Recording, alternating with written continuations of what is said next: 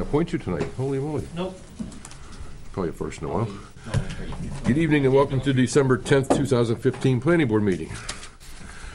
This is a workshop, as I think we all know, and we have some zoning orders to go over, but we also have other business to go over, and we have some people in the audience, I believe, for the other business. Per RSA, I don't remember which one it is now. I might have it here in front of me, I might not. No, I need my... Yeah, it's in the first one. Basically,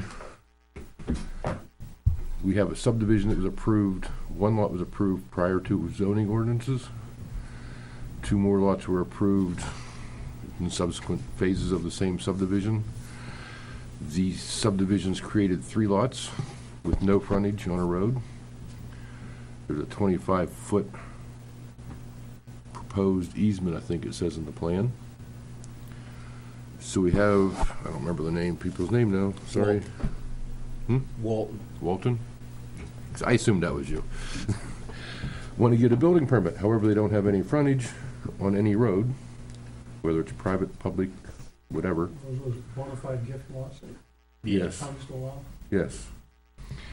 So, per Mr. Drescher, they have to go to the selectmen. I believe it's to make a private road, Yes. and Well, these- what has to happen is anything on either a private road or a Class 6 road has to be approved by the selectmen. Right. The two parties here that are involved in tonight's question and answer period have both gone to the selectmen, and the select board has referred them to the planning board to establish standards for the particular roads. Well, legal by RSA, they're allowed to send it to the planning board for review and for comment. Review and comment. Whether the selectmen would listen to our comments or not is up to them. And what is happening with the Waltons, they need to create a private road up off of Maplewald. The road is actually in, it's been in, technically, you could classify it as anything from a goat path to a Class 5 highway. The major portion of it is in really good shape, but anyway, it needs to be officially anointed as a private road. Let them pick a name. Yeah, is there a map or something that you could see? No. So, Does it exist on the tax maps As a dotted line. as a dotted line? Okay. yes.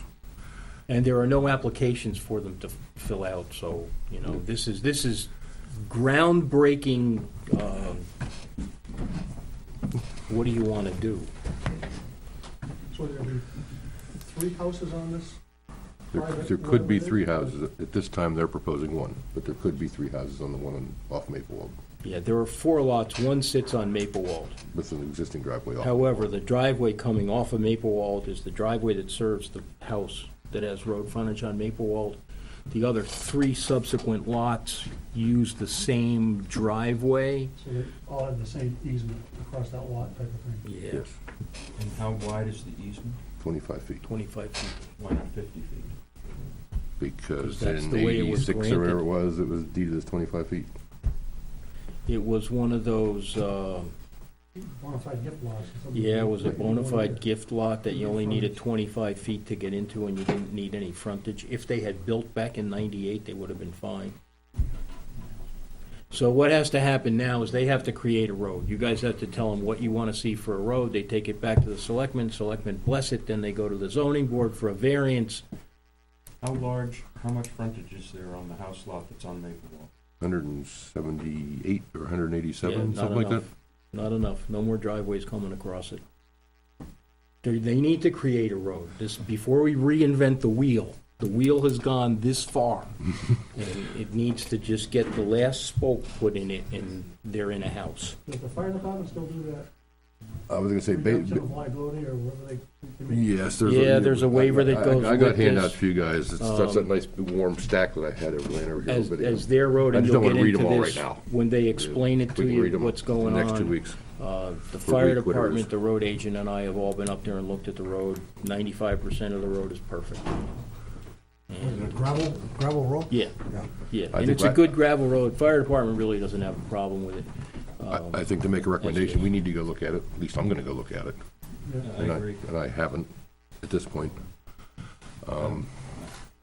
Shouldn't we have some sort of a plaque that shows this, that gets filed? I think something should be, In order to make a road, you've gotta have a road plat. But it's not gonna be a public road. No, it's gonna be a private road. Do we have the authority to approve private roads? we have the authority to make a recommendation to the planning The board. selectmen want your recommendation. Did the selectmen have the authority to Yes. approve? Per Mr. Drescher, yes. Yes. Which is this lovely 13, 14, 16, whatever page thing it is. Nothing simple, of course. It's not on the same scale, but Collins Landing is simply a private road. Correct. Well, nowhere near the same scale, obviously. Right. Right. But we still need to talk to fire Yeah. Are there any issues? Fire and Any issues of Tim grade? Dredman. There- Maybe. Maybe at the very beginning. Once you get actually you get past the first house, where the driveway comes off of the driveway to go to the first house. Once you get past that, the road's perfect. All the way to the end. And how large are the back lots? 5 acres, I believe. So there's one, is the front lot a 5-acre lot? The one that has frontage?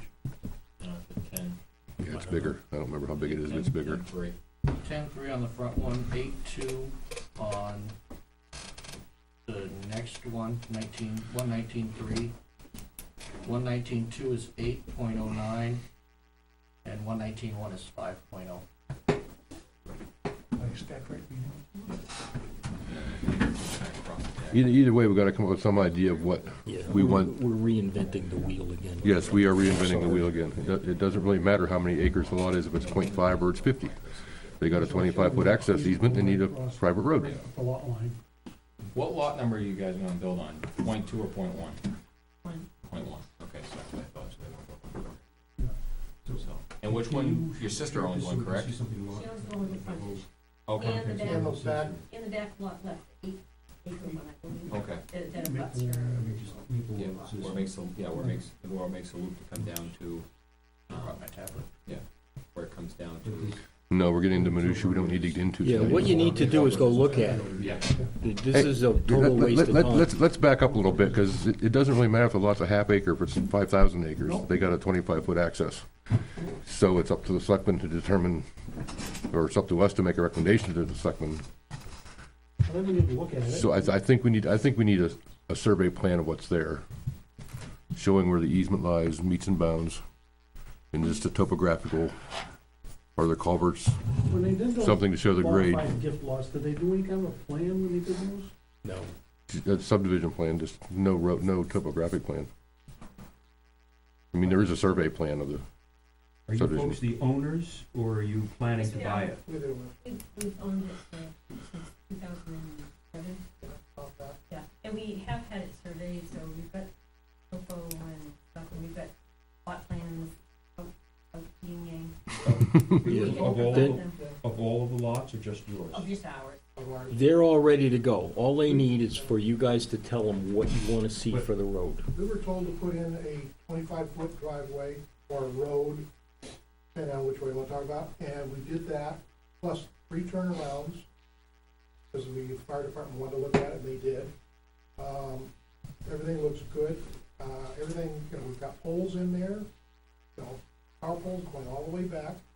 One time we had certified stamped septic design is in the ground for you people, so, There's a septic system on the lot? it's already in the ground and Yep. it's stamped approved. You need to go look. Yeah, we invite you to go look. Yeah. They're Yeah. big, easily accessible lots. Yeah. Since this is one of a number, don't we need to see how the road would be plotted out for all 4 lots? we got to make the road the whole way. We aren't gonna make a road just for them, we're gonna make a road for everybody. Yes, that's what I'm saying, I think we need a survey plan showing the topographic features and the, Showing the new driveway, or whatever, When they, showing the existing conditions today and whatever they're proposing. right. Yes. when you surveyed your lot, you did the topo map, did they topo down the driveway at all, or just your lot? We did the check, well, they checked all the angles, most of the angles on the shots, it's long, so they did shoot to make sure it complied with that 25-foot wide easement that was on deed and on record. We've got copies of it. We would I'd be also- happy to give you- I think we also need copies of the deeds and the easements. Yep. That's not it. Oh, well, it's in that pile. No, that's the exhibits that aren't in this pile. Right? Are the exhibits here? They do have. We do have all They that. do have an existing driveway maintenance agreement, but we have a new one to go with this. What about any wetland issues? No. Does the road agent have any problems with the driveway connecting to No. Maplewold? No one, Yes. well, Is- yeah, Minor. the drainage. We on it. got a little minor drainage The question. only that- problem is the selectmen need wisdom from the planning board. I think we need to go see it before we can give anybody any wisdom. But really, I think we should just schedule a site walk. Hopefully you can get us the plans. Whole property if you want. No, nothing personal, but that's okay. Happy to provide you with the plans and what we have. Copies. Could you get them to us in a week? Less than that. Yeah. Would you like to run them up tomorrow? I don't care. I'm not gonna look at them until next week. No, kidding. What's a good time for a site walk? That could be obviously during the day. Well, ish. No, really? Yeah. Well, the sun is up, so for me, I would only be available sun up on a Saturday. Ditto. We talking about the day after tomorrow? Or no, a Saturday. A Saturday, then it'd be- I think we're talking about the day after tomorrow. We'll have one more meeting in December, right? Yes, next week. And not to rain on anyone's parade, but there is a slim chance that this may be covered with snow before too many more Saturdays go by. It's not gonna snow this year. This is a year, everybody's gonna talk about this year forever. No, you know. Winter of 15, 16, there's no snow. Everybody's gonna be talking about it forever, I'm telling you. No more snow in 2015. 2016, that's. No, the whole winter I'm talking about. The whole season. Yep. Ski area's all gonna shut down. What time are you going up there? What time you gonna do it? Saturday You're gonna afternoon. come refill my well then? Nope. You've dug well? And let's see. Something's going on Saturday. Yes, there is. Oh, at 10 o'clock, Chris Christie is going to be in the middle school. And there'll be a lot of traffic, not that that will make a difference, but some of us might want to go, so. He knows how to control traffic. You wanna invite him to our site walk? Oh, that was low. And don't know. I'm a Jersey boy. I know exactly what he did. How about 1 o'clock Saturday? While we schedule this, can we also? Yeah, I was gonna say, keep in mind, there's gonna be a second one coming up real shortly, I think so. I Yeah, mean, so like, if right possible- after this discussion, there's gonna be a second discussion, very similar to this, we're gonna wanna do another site walk. On the same lot? No. It's up on Worthley, but I've got a Yes. bunch of stuff for you tonight, but if we can do a walk up there Saturday, that'd be great too. After 1 o'clock? Whenever's good for you guys. Okay. John, are you up at 1? In the morning? Too bad. No. You said when the sun was up, so I assume that's in the afternoon. I would hope so. Just go along with the ride. Yeah, 1 o'clock. the people in back. He wants morning. I want 8:30 in the morning. I'd prefer in the morning, yeah. From 10 to whenever, I don't know. I won't be there after work. All day? No, he's So just, one. told- anybody. There's a public notice in front of the town hall. Let him go by himself. Candidate, kind of I thing. can do that too, that's fine. Just don't hit the red tile. And remember, if you do it at a time that I can't go, somebody else has to take the minutes.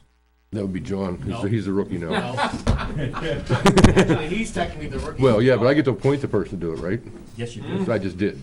So if Neil's not here, it's John. If I show up. That's true. I'm just an alternate, remember? But if Neil's not here, you can be a voting member, and then you can take the minutes. Does the road just go to your lot, or does it keep going? It keeps going. Well, there's gonna be 3 lots. 45-degree angle, I understand that. 90-degree angle, Goes up to our lot. Yeah, and it ends at our lot, but it's adjacent to the other. Splits off to our lot, splits off to the left, and goes to the other one. Are there houses, the question is, are there houses beyond your lot? Would- No. Will there be any lots beyond, you're the last lot We're up not the before. owners of No. the last 2 lots, but Yeah, my the first sister one. owns one, and she uses it for grazing her sheep. She has a working farm. We would need The other permission one from is those used landowners, yes. only for camping. The owner It's their easement. camps on it every summer and lives there every summer camping. so the road goes all the way up the, right to that last lot? Absolutely. Oh, it does, okay. Yes. There's I might- the potential for 3 houses. And Sooner or later. Brown did the work on it. for all of your edifications, after you go and look at this, they have driveway agreements, they have plot plans, they have surveys, they have every piece of paper that you could ever want, I'll think of something. except for the ones that come in a I'm roll. gonna try to run up there tomorrow, Chris. Would 8 o'clock Saturday work? Be okay if I went up tomorrow? Sure, do you want, Want us to go up with you, No, I mean, I'm retired. Okay. You just name a time, I can be there. I talk about being retired, but I am. I would like to just be able to tell my sister who owns the frontage property, because she has livestock. Yeah. And if she's moving sheep or horses, she'd wanna know if yeah, vehicles are going. I was trying to get out of this Saturday deal, but Is this on the curve? Right next to Just Dottie past the O'Neill's tower. house? Yes, it used to be O'Neill, right near O'Neill, next to O'Neill. I may have to recuse myself, I'm in a butter, You may have to. yes. I that's up knew, by the road to the I tower. knew that. I did not know that. No, that's not the road to the tower. No, I didn't buy it. It's just past the road to the tower. Yeah, we can see the. So there's a road to the tower, the next road is the road you're talking about? It depends on where you're going. If you're coming from 114, Yep, it's past the tower. yep, If you go down that hill, it takes a sharp left at the bottom. yeah. If instead of taking that sharp left, you took a right, you'd be on their driveway. So does 8 o'clock work, except for Neil? And you? 8 Bruce? o'clock. 8 o'clock, Saturday morning? yes. Do it at 1 o'clock, it's gonna ruin the whole day. Can you pick me up? The day's a shot. Doesn't take much to ruin the whole day. We're at 10 o'clock. I know. Is Bruce allowed out if I promise to get him home by 9:30, 9:45? Not going anyway? I'll go. But we've got another one after it. That's why I went for 8, that gives us almost an hour for each. It's only a 10-minute Yeah. ride from where you're gonna be. Yeah, it's not gonna be far apart. You know, it's just off of Colby. All right, then we'll put our, ours off.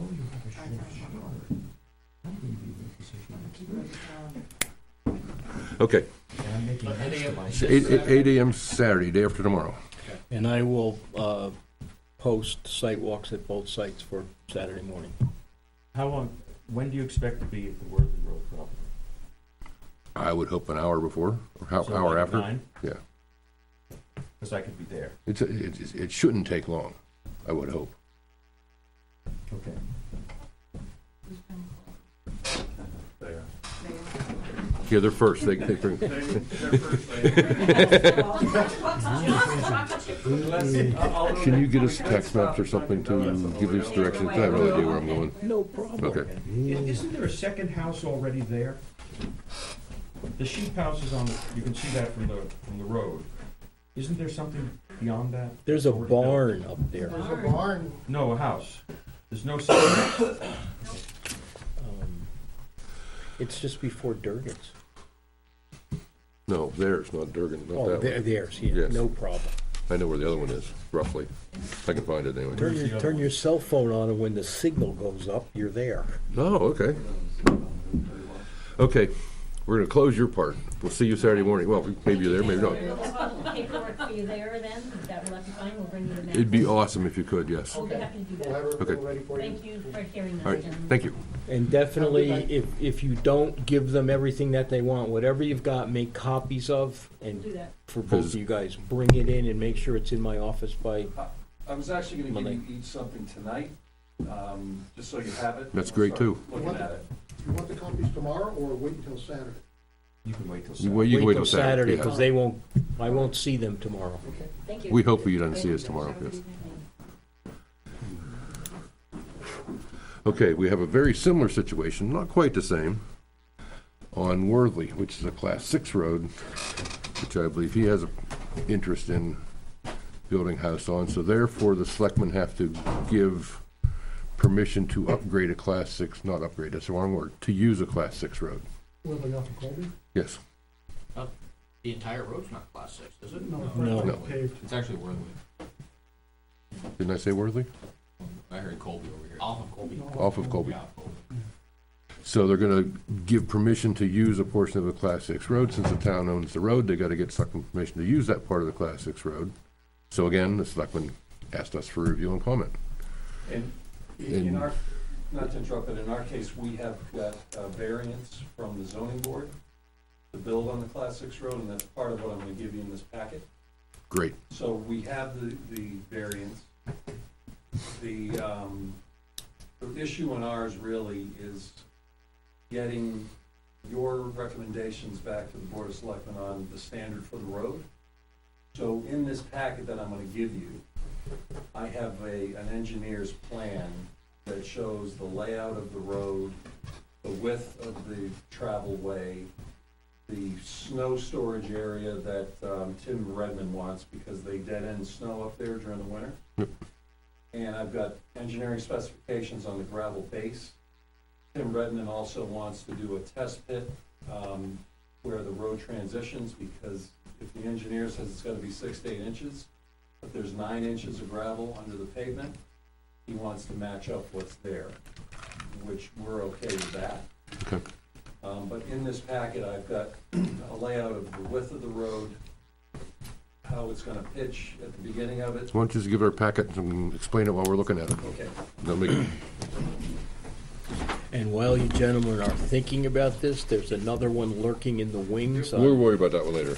on Horse Spring Hills Road. We're making a precedent here. Really? We aren't gonna go there yet. Oh, yeah, you're setting precedent, and these things are backing up like airplanes at LaGuardia. Thank you. Thank you. Oh, could you please state your name for Yeah, Tina? Mark, Attorney Mark Pinard. I'm the attorney for the landowner, which is Worthley LLC. So the cover letter simply describes what I've included in the packet. First item is my authority to speak on behalf of the owner. Second is a copy of the variance, which the third condition talks about building building it to driveway standards. That's where you guys come in. Fourth item is the engineering standards that have been determined for the gravel base. The next is a photograph showing how the road is gonna be set off to the left-hand side, because Tim Redmond wants to have snow storage on the right-hand side of that.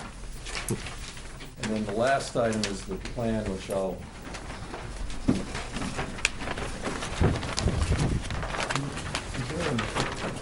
Detail map showing where this place is located. I can show you that separately.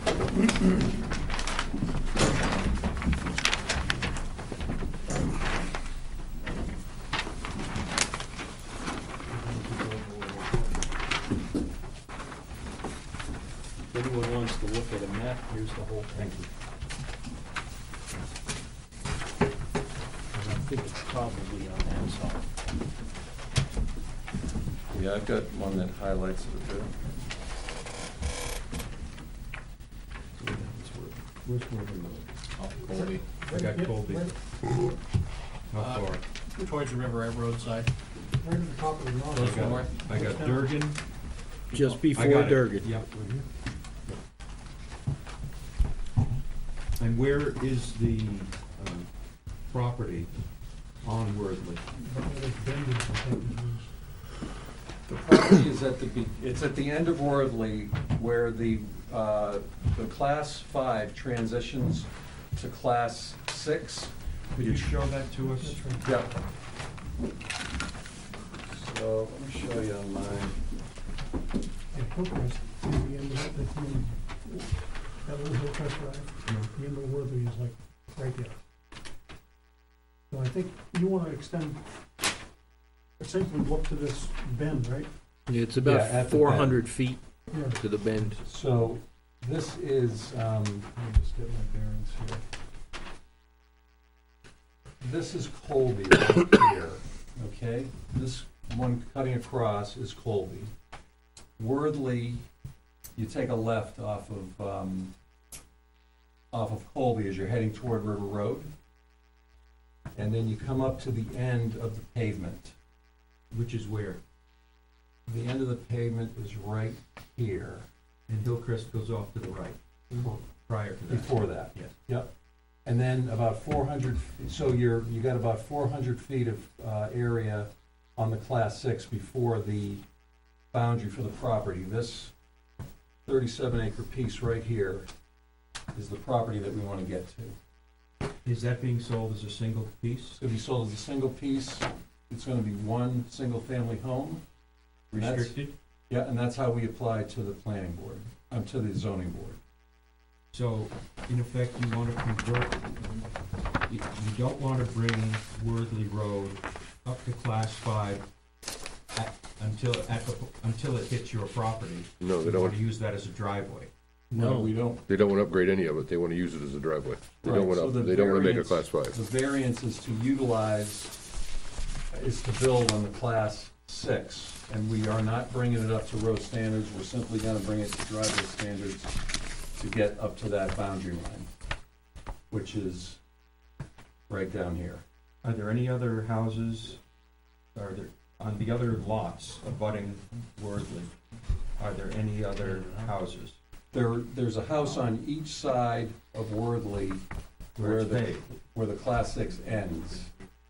So as you get to the end of that paved area, there's a house on the right, house on the left. Look at all these lots here. Those are all guys doing. None of these are using Worthley. Correct. Other access. That's right.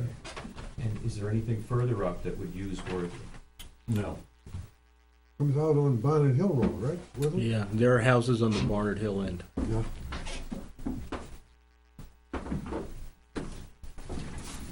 What would happen if at some time in the future the selectmen wanted to make Worthley a Class 5 road? They'd have to bring it up to Class 5 The standards. selectmen, No, can- but- the selectmen can just do it. Does the fact that there's, assuming this is approved, a driveway on that road, does that complicate something? No, Well, except for keeping access open, no. During the construction. legally, construction. the driveway will not start until he exits the Class 6 road. No. No, it's a town road, you can't Yeah, use but a town he's, road he's as your gonna maintain, private he's gonna driveway. maintain it as a driveway. Yeah, he's gonna maintain Which it as a is driveway. one of It's the- still gonna be a class 6 road. But if somebody gets a obviously. variance to build in the next house, Correct. who then improves the road all the way? That's the question. And there are also some other questions that I have regarding the variance, but I did not go on administrative appeal, so I won't say anything. I don't, it looks as though the request is to take public property and use it for private purposes. Yes, which they cannot do. That's So what he's proposing. So That's why they need to go to the selectmen. that's why they need to go to the selectmen. And the They gotta give- How can the selectmen, selectmen give it away? They're not giving anything away, they're letting him use their town property. They're not giving the rights away. It's still a class 6 road. it's still a Class 6 They road. won't own it. They'll No just matter be what using it. happens to it, it's still a Class 6 road. The So- question is, what standard do you wish to use to upgrade the Class 6 road to get to his driveway? So why shouldn't the selectmen say, you've gotta bring it up to Class 5? Well, Partly, that's a- part- There was partly discussion because, about that, but it came before this board. Yeah, the zoning from my point of partly view. because the zoning board said they got now they have a variance to build on a class 6 road. Right, we've got So the, that's different from what the road should be. Yep. He's got a variance to build, now he's gotta Yep. get it. Yep, right, and the zoning, the variance. says driveway standard. Driveway standard. So we've got a variance from the zoning prohibition. We can now build on the Class 6 road. Correct. Condition of the variance is 3 things. We gotta post a sign that it's a Class 6 road at the entrance of it.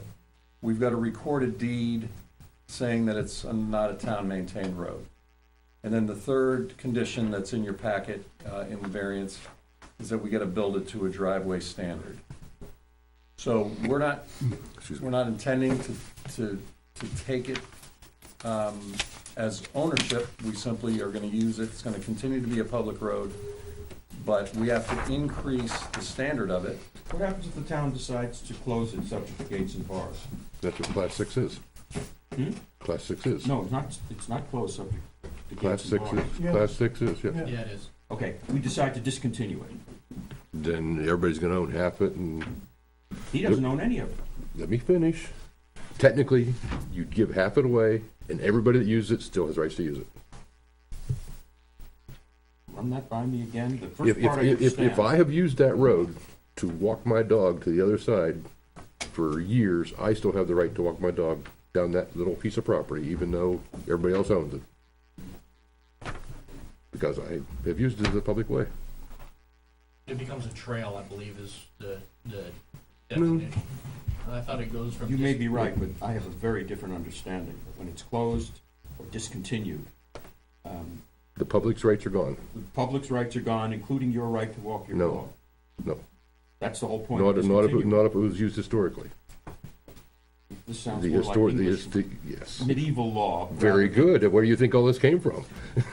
And I It's a- think you end up with a taking at that point. So that's where the Superior Court would come in and say whether there's a taking or not. than- Why is there a taking? Because there's land up at that end of the up at the end of the road that can no longer be used. So you're taking the ability for the landowners to use their property. That's their own furnace. Yeah, you're talking about if the road is discontinued. That's right. Yeah, if the road's, he still has rights to use it, obviously. Right. I mean, that's his access. You can't take it, the town, by discontinuing the town portion of the town road, he still has rights to use the path, lack of a better term, So again, you need to go look at the road. basically, yes. The selectmen have asked you to do that. Since they got a variance, I'm confused why the selectmen are even Because the involved. selectmen have to give approval to upgrade, to work in the class. The Six zone, road. it's a town road, the zoning board can't give you a variance from anything on a town road. That's what I said. So how can the zoning board give him, The zoning board can give him a variance to build on a class 6 road. However, he needs selectmen approval to work And in the town someone- road. they don't have the authority to do. the No, third they thing do that not did. have the authority to Right. do what they Right. did. Yes. However, it was never appealed. So The fact That's- that they did it, I mean, if they violate the law. Well, I don't actually, see how actually, anybody- actually, Right, Bill and Bill again, Drescher, that's Bill where we Drescher end said up. it didn't matter which Ultimately, came first. if we don't work this out, that ultimately gets us before a judge who's gonna determine what their ability was and what our rights are, and hopefully it doesn't And end up there. Jack's logic was, when he did this, was that our driveway standard is similar to or better than Class five. the quality of the Class 6 road. The only difference between our driveway standard and pretty much Class 5 is the width. No, that's not How true at wide all. is this going to be? Class 5 dirt road? The driveway? Yeah, no, so The, there's no driveway and a class 5 road are We've completely got it different. The only difference on the is the plan width. Oh, as no. 20 But feet the wide, radius, the The way curve, this thing the is fire written, base. department, all 20 these feet guys of wanna gravel, do is 20 take feet a of gravel, goddamn bulldozer plus and punch a shoulders. hole Yep. through there. the So you gotta go see it, make Tim recommendations. Redmond and the fire folks want it as wide as what's there. What is there on the paved portion is 20 feet wide. So we're continuing with a 20-foot width. It'll be all gravel, and it'll support the fire truck. And how long a road is this? It's about 400 to 420 feet to get to our boundary. So on the plan that I gave you, there is a couple of features to it.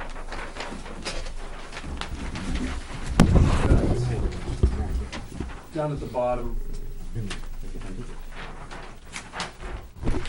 Down at the bottom, we have a cross-section showing the thickness of the gravel, how much we're gonna be putting down. There's also engineering specifications in written form that support these two cross-sections. And then at the top of the plan is a depiction of the roadway continuing from the paved portion. And the fact that it's offset a little bit to the left, so there's snow area to the right. So when you look at the top piece, you're gonna see how it lays out from the class 5 portion up to the boundary line. So, since it's a class 6 road, if I decide to take my snowmobile or want my ATV on it, I can do so? Absolutely. We don't own it. We're just You're just permitted bring- to bring it up to a driveway standard. You're not blocking any part of the Class 6. No, as a matter of fact, we're gonna have an obligation to keep it clear for the fire truck to get to the house on the lot. Okay. So Tim Redmond wanted us to agree in a maintenance agreement that if the, number one, we'll plow it to a minimum of 16 feet wide. Number two, if the town's snow storage is getting piled up, so it's getting tight in there, we have an obligation to clear that area. So it's our obligation to move and pile up the snow if it's getting tight. And that'll be part of a maintenance agreement. Do you have copies of the deed that you're going to be giving the prospective buyer? I have not drafted that yet, but it's going to include the provisions that are in the variance plus anything else you guys reasonably You request. said it was going to be a single house, Single house, not subdividable. never. Is this land subject to an easement of some sort? Conservation easement or something like that? And the idea was, it's 37 acres up there. We had the choice of bringing the road up to a Class 5 and then doing a subdivision back there, or building this driveway and doing a single family and being done with it. So, you know, that's the trade-off, is by being able to do it this way, we don't end up with a subdivision and having, you know, density and impact issues. You know, you could do the subdivision We at absolutely some could. point in time. No, he's saying, No. No, we're gonna restrict it, so when this is done, that 37 acres is gonna have a single-family home on it into perpetuity. is there something special about that land? Like an extraordinary view or a big No. pond or something? Not at all, Is it farmland? it's just raw land out there. I haven't walked the land, I've gone down the Class 6 road, its topography is fine, there's no big grades, there's no hairpins, and my understanding is it's just vacant land. Nothing special about it.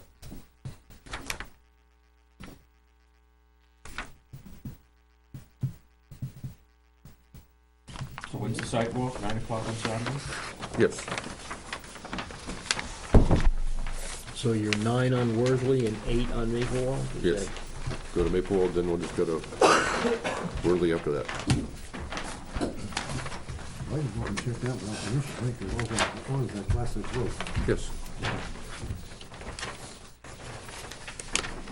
Actually, when I was a kid, I used to look at all the time, because I had uncle and aunt that owned both of those houses on the end of the road. Years ago. You're good at currency, folding like this?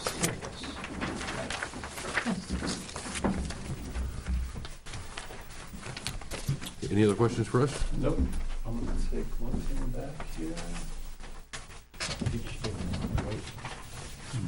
Oh, yeah, that's part of what I gave you. Yeah, I apologize, I didn't turn the last page, I stopped here.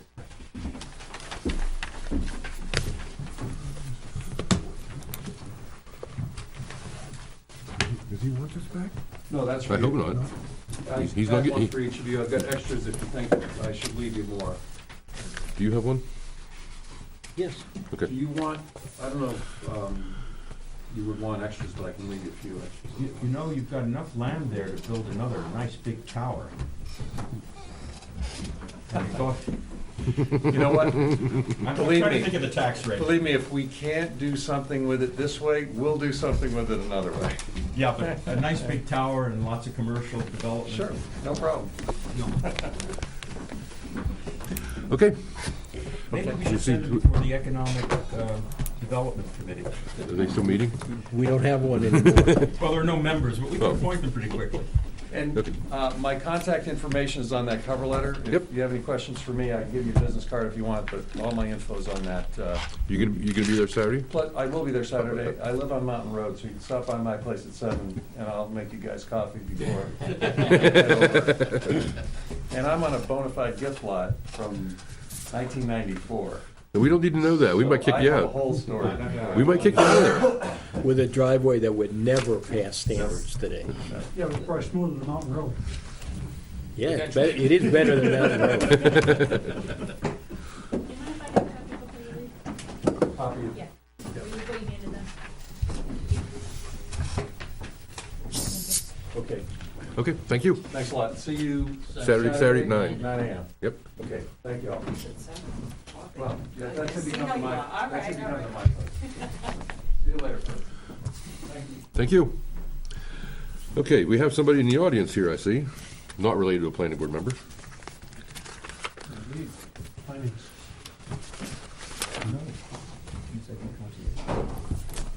Didn't lose it, right there. So now we're on to the zoning ordinances, and since we have some member in our audience, I think we should probably talk about Article 2739 and 27311, because that's what I assume he is here for. I thought so. Oh, before I forget, let me hand out my massive piles of stuff that I didn't want anybody reading earlier.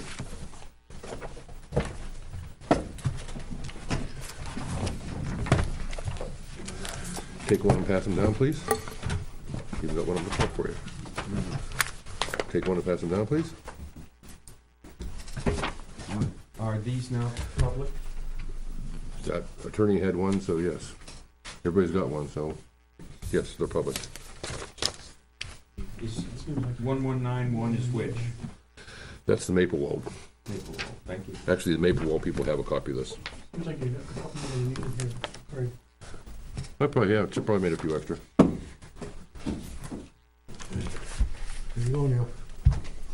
Inquiring minds want to know. We got two of these? Yeah, yes. So, anyway, that's your good reading between now and Saturday or next week, whatever. This is for. Yes.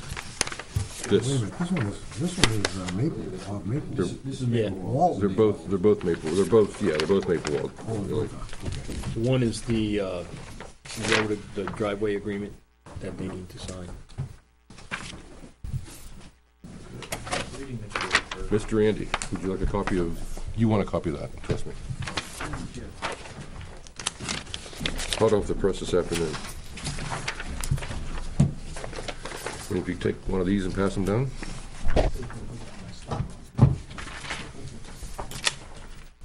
Which one are we doing? 27. 27, yes. I assume that's why Andy's here, so he can.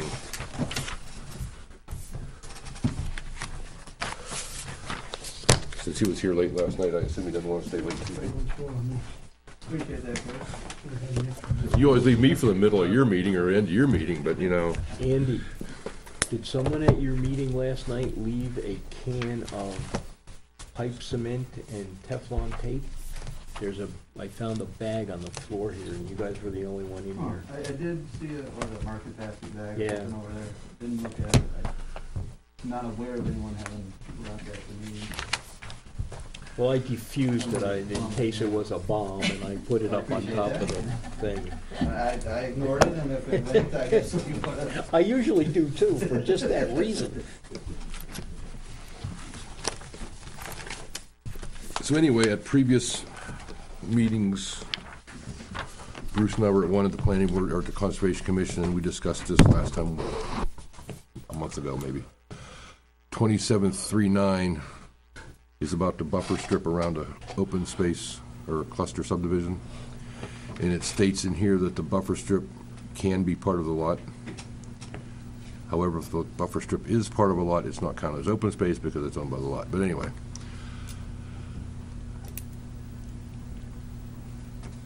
The Conservation Commission mentioned blazing open space boundaries, so it only made sense to me if we're gonna have a non-disturbance zone that's enforceable by the town, AKA Mr. Chip, that it should also be blazed.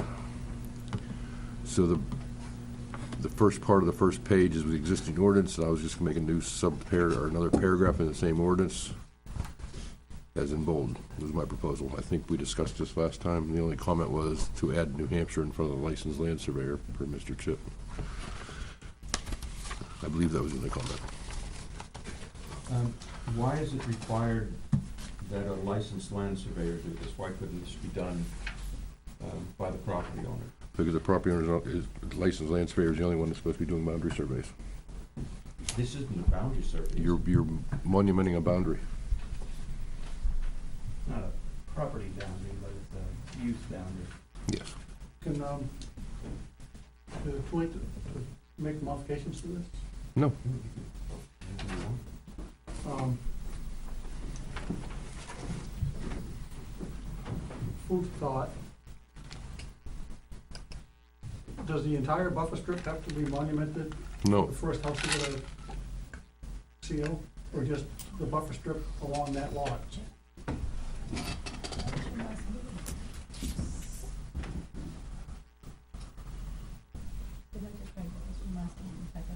My intent was that lot.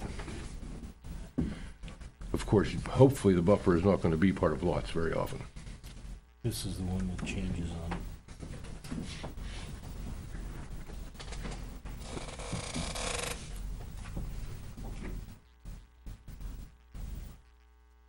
Is that the same as this? That's what we had at our last meeting, I'm not sure if it's back word for word. but- It may not be quite word for word. Okay, so the buffer strip, if it's, usually it's gonna be a lot line itself, not. Usually it's gonna be part of the open space or a lot line. Yes. That's a much cleaner arrangement. Yes. Yeah, I certainly think the buffer being part of a lot is not a good idea. However, our ordinance does allow it. So, Unless we change it. unless we change it, right? Oh, jeez. so maybe right here, a buffer strip included within a building lot, maybe we should somehow word this, that if the boundary line is the edge of the buffer strip, that also needs to be blazed prior to the CO? Well, if the buffer strip is a boundary line and you have the open space lot behind it, that's covered here, in the next page.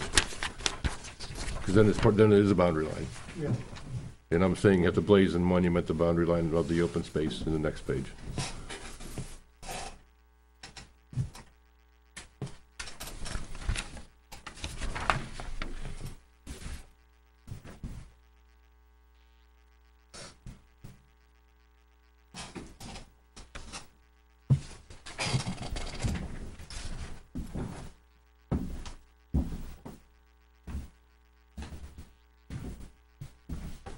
And that wording, this wording is different than what we had last time. I know that. Slightly. yeah, that's one on the second page, doesn't tie it to a building permit, does it? No. It's kind of tying it into the subdivision approval. Because the surveyor has to certify on the subdivision plan that the blazing and/or signage has been completed. The reason being, we have, I think you might remember, several subdivisions that the town has where somebody has easements on the open space or ownership of the open space. And the subdivisions are, let's say, not being built very fast. Therefore, the Conservation Commission or whoever's monitoring it has no idea where the property line is. So by making it do it, if they're gonna grant the easement prior to the subdivision plan being recorded, we should might as well make a monument it prior to that also. That way, when we get the deed, the easement, it's monumented. And it's a little bit why I'm a little leery of the second one. Say a subdivision's 15 years old and someone was to build on it, and for some reason, the signs or whatever are hanging in somebody's man cave. The subdivision plan is certified by a licensed land surveyor that they were put up. No, I know, but say they've been removed, or whatever. And that's pretty hard to, Impossible to police. I know it's impossible to Yeah. police, but. Who removed it? No, that's why I'm thinking that as part of the CO, that they be, I would like to see them done long before I ever give anybody a CO. One less thing for me to deal with. But I do realize I get paid to do that. You can overburden me, we do feel sorry for you. I know. Okay. increases the budget to give some new hiking boots. So, under 2739, if there's no buffer strip within the building lot, then this doesn't apply? Correct. Let's go to, maybe go to 11? Certainly.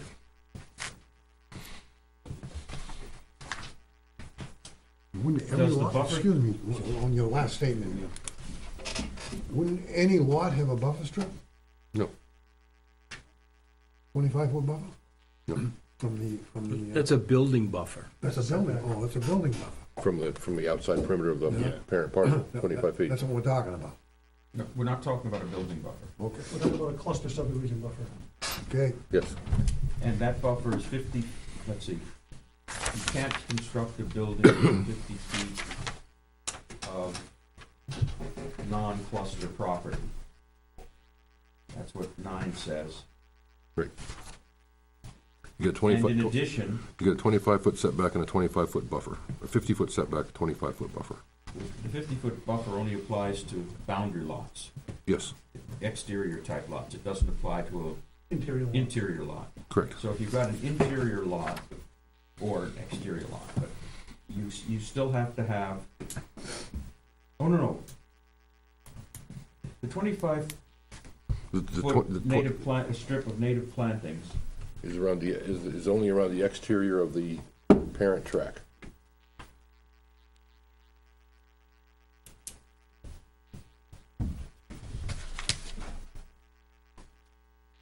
So if you have a horseshoe-shaped open space, which seems to be typical, your buffer's in the perimeter.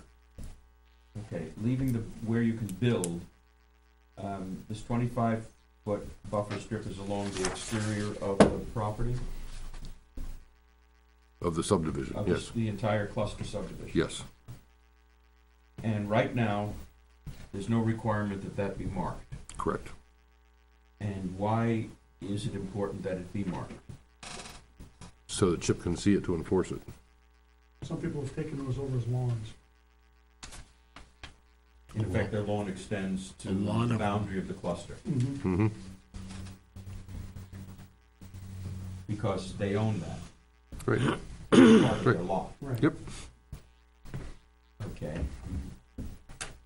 But technically, that buffer strip is not public property in the sense that people No. can walk on it. no,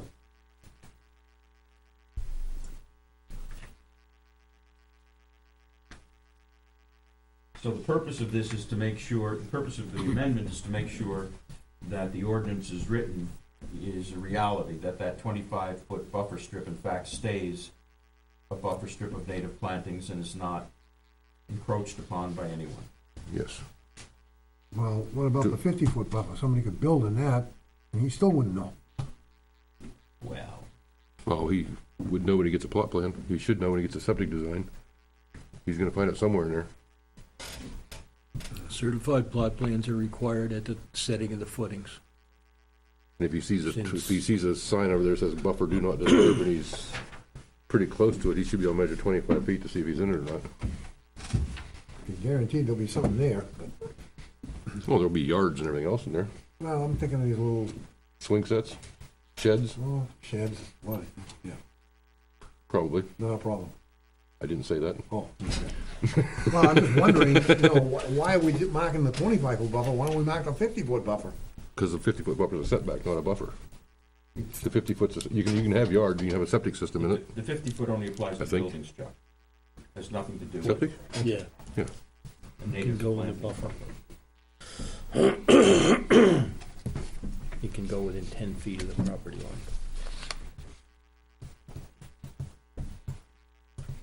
These 27,311, right now, what's the problem with that we need to monument it? Because the Conservation Commission and other, well, whatever, whoever gets the open space is getting the open space, It doesn't know where it is. is receiving it on approval of the subdivision, correct, and doesn't know where it is. And they have to go out and monitor it to make sure it doesn't get encroached upon and everything else, and they don't know where it is. They end up spending a lot of money hiring surveyors to go out. Are To you show the okay with public. these two? Is the Conservation Commission okay? Now he's gonna get into a third one, is what he's gonna get into. Andy Fulton, I chair the Conservation Commission. The issue that's not addressed on 27,311, and that was our prior recommendation, which we'd like to stick with, to the planning board, is in the fourth line, at the end of the fourth line, to remove the town from the language, such that it would read easements, or clustered, open space within a cluster development shall be protected by permanent conservation easements held by a qualified conservation organization. And that's because we're seeing, or we have seen open space with the cluster subdivision created in such a fashion that it's terribly difficult to monitor, to protect that open space in any reasonable fashion because of the layout, lots of fragmented pieces of open space between house lots. You know, where we've spent a lot of money trying to address this is the Brookshire subdivision down on Eleanor Way. And we encourage the planning board to change the language so that somebody building a subdivision would have to generate open space of a nature that would interest a land trust to hold an easement on it. Well, just now you mentioned Brookshire, that would not solve the problem because the town owns that in fee. And you're still allowed to own it in fee. By the way you're revising this ordinance. Not to play devil's advocate, but personally, I don't think that's gonna happen again, at least not as long as I'm sitting on the board. That subdivision as an example of how we would like not to see the open space fragmented between, in that case, I think, you know, a number of abutters, is almost everybody in the subdivision.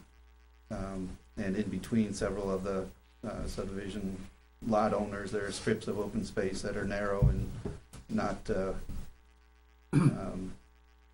easily protected in any fashion. It's very common to have encroachment into that piece of town property, and in that case, whether fee owned or into whoever owns the open space lot if it's not town owned.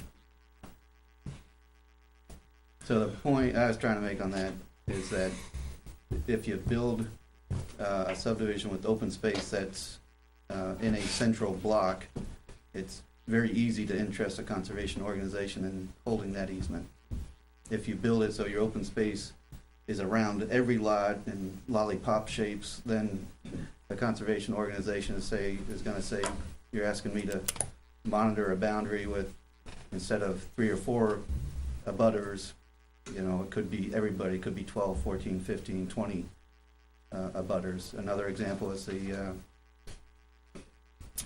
Duck Pond subdivision up here, where the open space is around the edge, it's swaths down through the middle. That's one where you get into the prior language where bits of supposedly buffer land is on private lots with no idea, even for the purchaser of a lot, to know where that boundary is. So, Neil, the idea is really to encourage in a non-prescriptive way these subdivisions to be built such that the open space is attractive to a conservation organization. If we say the Then you town, need to get rid of the buffer strips entirely, because they chew up a lot of land. But the buffer strip counts as open space. But that's what makes them fragmented. Right. I understand that buffer there, my sense of that is that's to sort of protecting the neighbor's interest, you know. Well, quite a few years ago, I brought that up when somebody else was chairman, to the prior chairman, and he said that every draft ordinance he ever saw for cluster open space, whatever you want to call it, has a buffer shown in the Office of State Planning, actually one of the buffer in the ordinance.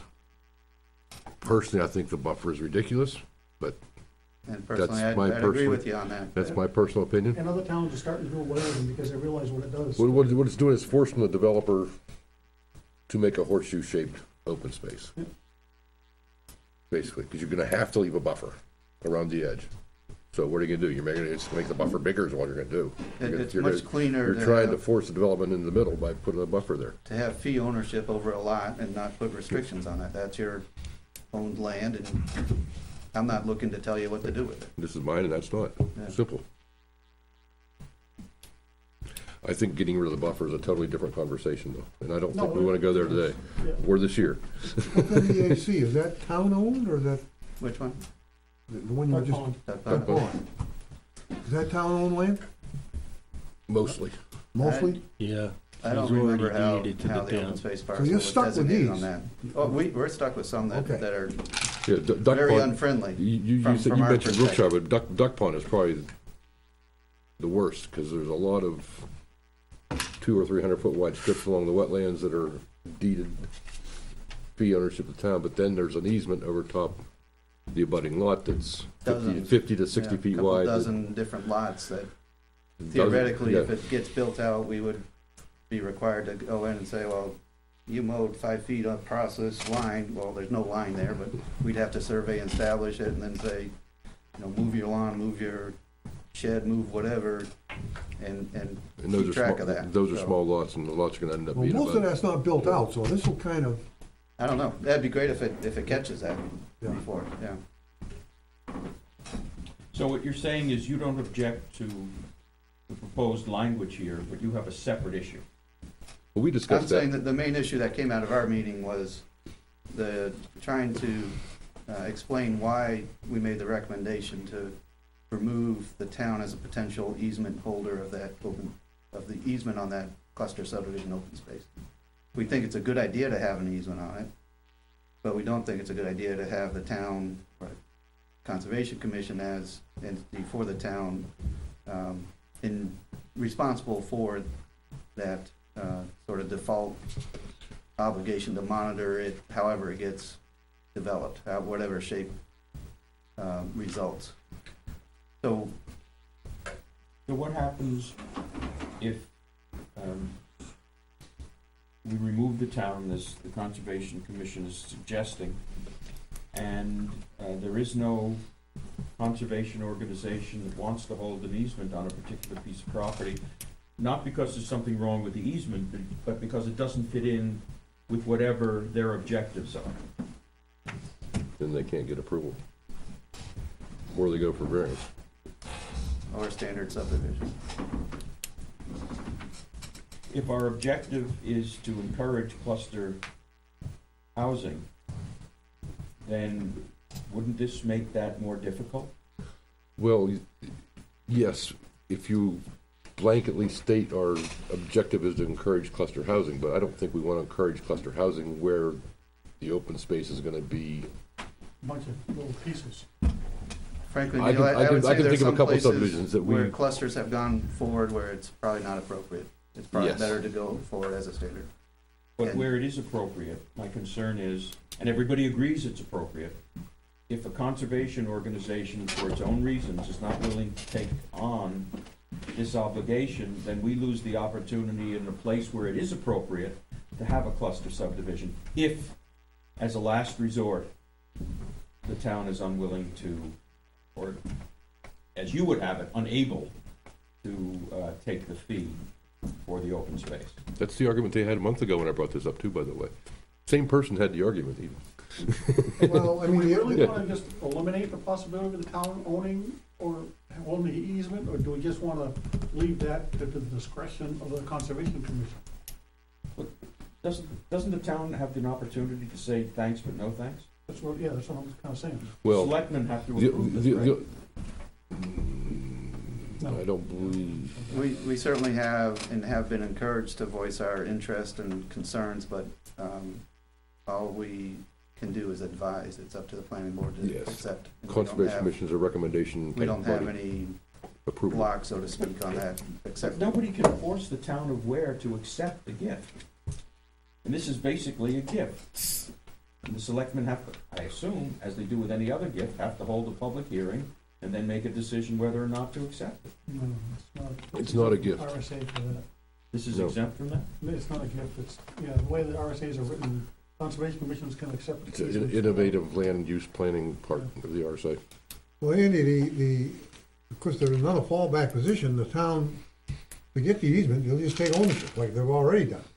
So you're not, that could still happen, right? So no bona fide, organization wants to hold the easement, you don't wanna hold the easement, so the planning board said, geez, we'd still like to see this, cluster, town will take ownership. So you haven't really totally solved the problem with that.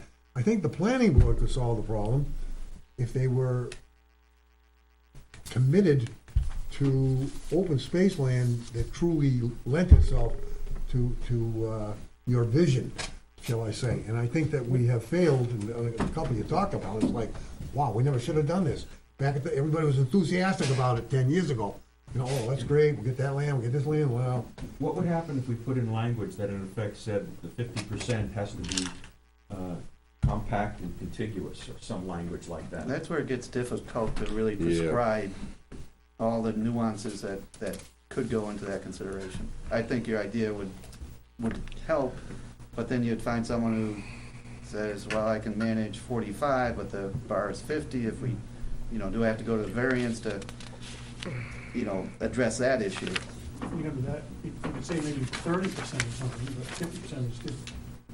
But ultimately, that's most often that's what works best. That leaves shorter boundaries, fewer abutters, more clear demarcation between the types of, approved uses. But I'm not sure how to get to that. You don't have language from some other ordinance that you could share? Some other town that's found the language and it works well? There was I think a subcommittee that worked on that one, and Craig was a big part of that, I believe. Steve Major That was, worked on a lot. that subcommittee was mostly just on, Chuck was the chairman of it. I think the bottom line is, no, we didn't No, come up with. We didn't, no. This is the obvious and expected language that will result in, all our intents being met. Absent the language, I think that you've made a solid case to the planning board that should a future cluster subdivision be placed before us, that we would attempt to achieve the goals that you suggested, and we're obligated to give it to the Conservation Commission for their input. Yes, and so certainly. Did you have input on Eleanor Way? Oh, yeah. And we overrode them? I wasn't on the board at that time. My recollection was it was something that met the letter of the law, letter of the ordinance, and the planning board was okay with it. I think Eleanor Way and Duck Pond were both, the town was learning an awful lot at that point. And Part of the problem may be solved because we have learned. I think a lot of it has. Putting that issue aside, these two amendments have the Conservation Commission support? Yes. Thank you. That is very, very, very significant improvements. But you would still like to see the town taken off as an easement holder? That's the message I'm delivering, yes. I'm just trying to make sure everybody hears that. Yeah. I'm afraid to do that. I mean, I think we should give them the discretion to deny if they want to be the easement holder. But I don't think we just want to blanketly take it away. What happens if somebody comes up with a perfect thing and they got a rectangle, it's 200 acres? Why would we not want that as an easement owned by the town? Yeah, but why wouldn't Society Protects New Hampshire Forest or somebody else take it at that point? Because New Hampshire Society for the Society for the Protection of New Hampshire Forest might have limited resources, and from their point of view, this particular easement is not as important as an easement in someplace else, in Weare or elsewhere. And they're usually looking for contiguous. Yeah, yeah. So it's a block, there's nothing around it, they really wouldn't want it. If it's 200 acres, I bet they would. Our experience to this point has been that the partnership with, the main land trust in this area have shown terrific interest. They work up at, and have an easement up at Holly Hill. And that one, there was significant change to the initial plans based on their being brought into the discussion. And we want to encourage those organizations to be brought in by developers. And frankly, if a developer comes in with a land trust and says, this land trust is willing to take this, then many of our objections fall away. And we'd be very surprised if it is in the shape of some of these sort of gerrymandered ones that, from a conservation preservation standpoint, don't make a whole lot of sense. So we haven't, that could be the case, but we haven't seen the case where that's happened. We had another one over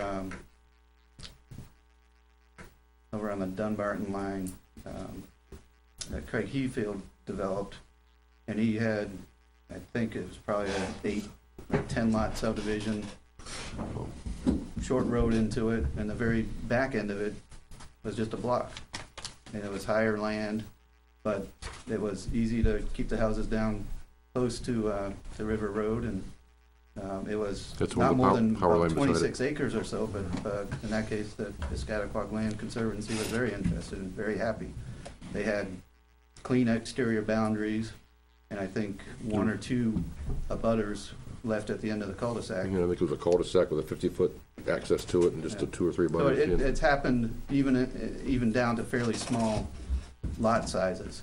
The question is, how do you, we just would like to see,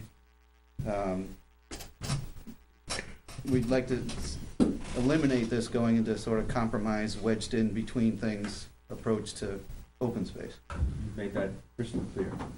Ken, reading through this, and bear with me for a moment, maybe I'm just not understanding something. Reading it as it states today, open space with a cluster development shall be protected by permanent conservation easements held by the town, comma, a qualified conservation organization. So we take the town out, the Conservation Commission is still a qualified conservation organization, so you take it out. Conservation Commission can still take it. All you're doing is labeling the town. You're identifying the town in this article as a qualified conservation organization. They still already are, so what's the difference if it's in there or not? The town is a qualified conservation? By the way I understand this, the way this is written, shall be protected by permanent conservation easement held by the town, comma, a qualified conservation organization. Yeah, held by the If the town is even left in there, Or, But it doesn't say or, it says right, comma. the A. language, I would agree with you, the language is kind of, To me, that tells me the little town sloppy is a there. qualified, is a qualified I conservation. think we have a poorly written ordinance in that case, but yes, I agree with you. Because I was gonna say take the semicolon out and add or also in that same sentence. So so if it's poorly written, then what is a qualified conservation organization? Again, we're gonna go back to an issue of a definition that I cannot find quickly. And maybe it's just my being a rookie, as you so eloquently put it earlier this Thank you. evening. There's, but the value is, you look at things, and this I've seen so many times, you look at things the way they're written instead of the way we've come to accept them. Right. Yeah. Yeah. And I read that as the town, comma, a qualified conservation organization. no, that's a second entity. You can read it that way, but that's not the way, what it's meant to be. Well, it's written It's like bad. everything in here could be read, yeah. It's written wrong. So if we take the Even town if you out, could reverse the order and say a qualified land organization or the town. if the word Yeah. or was in there, Yeah. obviously it'd read a lot different, but what is the qualified conservation organization? Is the there's an Conservation IRS, Commission? there's an IRS definition. There is. But when you start the organization, you have to meet certain guidelines to be a qualified conservation organization. Okay, So there's clear IRS Okay, good. rules there. okay. They're not abundant though. Do we qualify as that? I doubt it. The Conservation Commission doesn't qualify as that? I doubt it. Ask Andy. Well, no, they don't. It's hard to qualify us. Quantify, I can do better. Qualify. I can certify that they aren't because they admit they haven't done the monitoring they're supposed to do. I would say that should disqualify it. Don't put And- that in and- the minutes, please. Where's the 6-second rewind? that, given and accepted in the spirit intended, but the point is, and any land trust has a very heavy burden to meet in doing the monitoring. Mhm. It's not easy for them to shirk that responsibility and stay a qualified conservation organization. it's easy for us to say, we're all volunteers, we don't have the time, we don't have the wherewithal, we don't have the resources. So whatever goes, whatever has been will be, which is not a good position or frankly a comfortable or enjoyable position for us to be in. So by that understanding, then we shouldn't be holding any easements because the town's not qualified. No, so the town or the comma, I mean, they can still do it. It's just they're not what I would consider a qualified, there's only two maybe, it's a Scatacog, I don't know what they even call themselves now, in the Forest Society. PLC, Pretty difficult, yeah, Forestry. PLC. Okay. And there are others to our north and to our east and Right, west that but they could come in this work area. in this area, but Yeah. they They haven't, typically though. don't, yeah. Two active ones in here, Yeah. and Fish and Game. Fish and Game has done something. Yeah, so, In any event, the next year, unless something changes dramatically, I don't think there are going to be very many, if any, cluster development applications. I hope you're wrong. I understand from a professional Okay. point of view, but certainly, the No, state from an that's a economic personal point of view. too. Yes, but, and that's the way things seem to be going.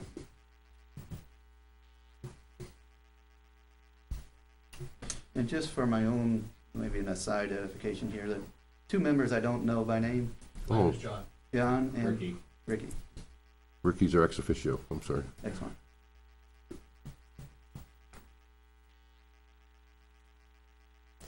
Okay. Well, if, I think John's pointed out something, if that town stays in, it might be better, might be worth changing the language to actually read the way we understand it, at least we who have been exposed to it. Well, many a time. all we have to do is take the semicolon out and add the word or, right? That's a very much clearer reading in line with what we've understood to this point. Which line is that? Right here. Fifth line down. Fourth line down also. Fourth line down also? You guys on 11? Yes.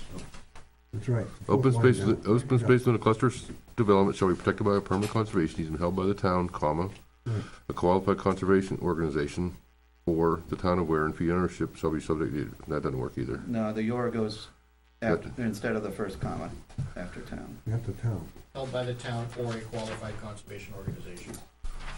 And then it moves on to a different type of protection. And maybe that speaks to the case where it's I was wondering what, where that what pen went. Is that Chuck what it was? brought up. We can It was for share. the moment. We can share. You need another pen over there? I got one. Not fussy about this pencil, I guess. This sentence still reads weird to me.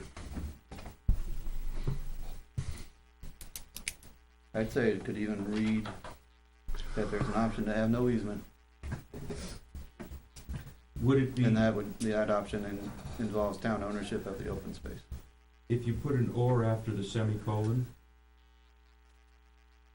So the sentence would read, open space within a cluster development shall be protected by permanent conservation easements held by the town or a qualified conservation organization, semicolon, or the town in fee ownership subject to the restriction, et cetera.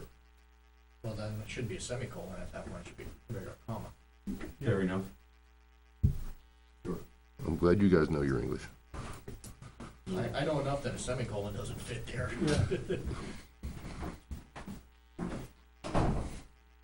Right.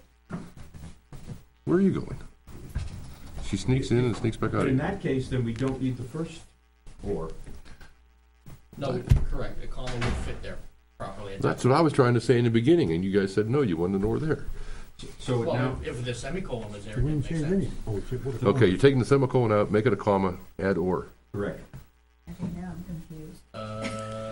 No, you wouldn't put a comma you wouldn't put comma or. Just lose the On comma. line 4, the second to last word is town. Yeah, It's followed by a comma. yeah, Okay, leave that the way it is. Going on, you see the semicolon? The next, for the the next, town of fee, in fee ownership, qualified conservation organization, semicolon. yeah, Delete that semicolon and substitute the word or. okay. So So it should read, open space within a cluster development shall be protected by permanent conservation That's what I easements said held by 5 the minutes town, ago. comma, a qualified conservation organization, or the town, Yeah, in the town of wheels Weare are and off fee the bus ownership. tonight. Subject, et cetera. Yeah. Gotcha. If we don't take out the word town as requested. I wouldn't wanna do it at this time. I think it just limits us too much. I agree, it is, the way I read it, it still sounds it as it's defined. Yeah, it still sounds that the town being defined as a qualified conservation organization, even with the change you guys just. So you wanna say by the town or a qualified conservation organization or the town of Weare and fee ownership? That certainly I think that solves that issue. I think that solves that issue. How about you reverse the worst, never mind, I'm not gonna say that. I already said that one. I think Point that of solves all emphasis those should issues. be, work it out with the land trust, and then we're happy. That certainly would be the preference, I agree with you. I certainly would keep that in mind should we have one of these applications. But keeping it in mind and putting ourselves in a situation where none of them come forward, and yet this looks like a cat's meow, I still would like to be able to say that, yes, the town will, in one form or another, easement or fee, accept the property. You know, there is another option that has been exercised, and that's where the landowner had a cluster, and the individual homeowners were the only ones that could use the cluster, so it's not the worry situation, at least, I guess. Yeah. That would be Holy the moly, Appalachian, that goes completely against our whole ordinance. that's the way they are, Well, that's more akin to Fox Hollow. That was in very early on yeah. up there. Well, so's the one down here on 114, the Appalachian situation. That's a cluster that the homeowners actually, It's a homeowners Homeowner association. association owns this open space, yeah, but there's a easement to the town on it. there's an easement to the town. Yeah, the town already has the easement. Yeah. Kind of development yet. And it's open to the public. So is everybody all set with the, eliminating the 2 punctuation marks and substituting the word or for each of them? Everybody but Andy. No, Well, I think that No reads kidding. more honestly, the 3 options. Honestly. You know, that's putting it out there. There are 3 options that we are willing to entertain. So the comma's gone, or the semicolon's gone, and it's an or. correct. Now, does anybody think that maybe they should go in order of preference? So that you're not, I mean, does anybody look at it and say, oh, well, it says the town, that's first, that must mean you like that option? Well, now I'm even more confused, the more I read this, because now we're saying the town, then, or a qualified conservation, or the town again. No, The town by The fee. second town is by owning it as opposed to an easement. in the first use of the town says, open space within a cluster development shall be protected by a permanent conservation easement held by the town So it's 3 different avenues. Now, or a qualified conservation So, organization. permanent conservation easement held by the town is one option. Yes. Yes, Qualified conservation is option 2, town of, okay, it'd be easy just by. An open space within a cluster development should be protected by one of 3 options. Option A, however you wanna eloquently put this, option A, a permanent conservation held by the town, a qualified, option B, qualified conservation organization, or option C, the town and fee ownership. That would solve the whole punctuation issue. I like the ors. It's less typing. Yes. Only type it once. I've already typed it twice, what are you talking about? You've written it. Huh? You copied and pasted, didn't you? Not the bold part. Oh, okay. Now like that little or bold in the middle of that paragraph. Yeah. Craig, did you have to open a public hearing on this or something? Because it's posted. No. Yeah. Well, it could be public after. Yes. I'm gonna open a public hearing for all the zoning ordinance changes right now. There we go. Anybody in public like to talk? Okay, let's continue. Personally, what I think I would like to see, and that is not for, and this is definitely not for this year, some kind of, without using the point system, where, okay, the open space is deeded to the easement is deeded to whoever, you get 5 points. You give 60% rather than 50%, you get 5 more points. You add up all these points and poof, you get 2 more lots or 3 more lots or something. Incentives are great, Yes. you can square them away. We'll tell a committee. I'm not gonna do it this year or next year. We still have to It's get been through. brought up before. Yes. It is actually rather simple once you get it set up, but it's hard to set up. But incentive is the way to go. Give a reason for the open space to be whatever shape that whoever wants it to be, and if the town gets it, you get 0. If the town holds the easement, you get 0 points. If somebody else holds it, if the town holds, you get -5 points. If somebody else holds it, you get 5, something like that. Yeah, you know. Oh, there are towns that have negative points in their point system.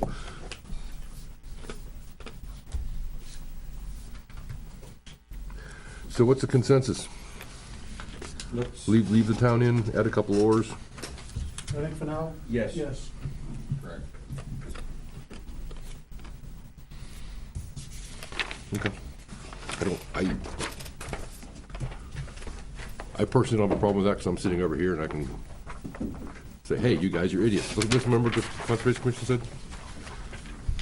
No, I appreciate, even sometimes more beneficial than agreement is discussion and understanding and awareness of intent and positions. So, appreciate everybody considering the recommendations we pass along and being given the opportunity to make those recommendations.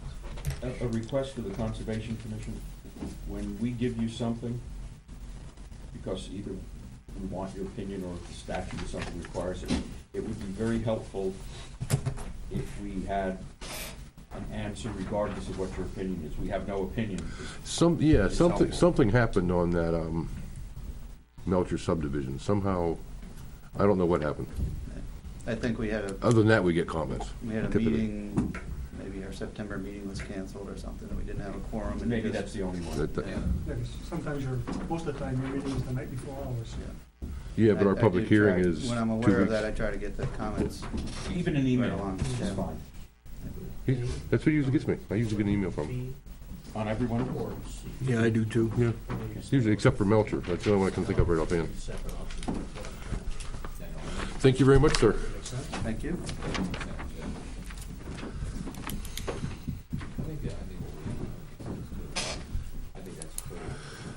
There's a lot clearer than that. Let's go back to the top of the order.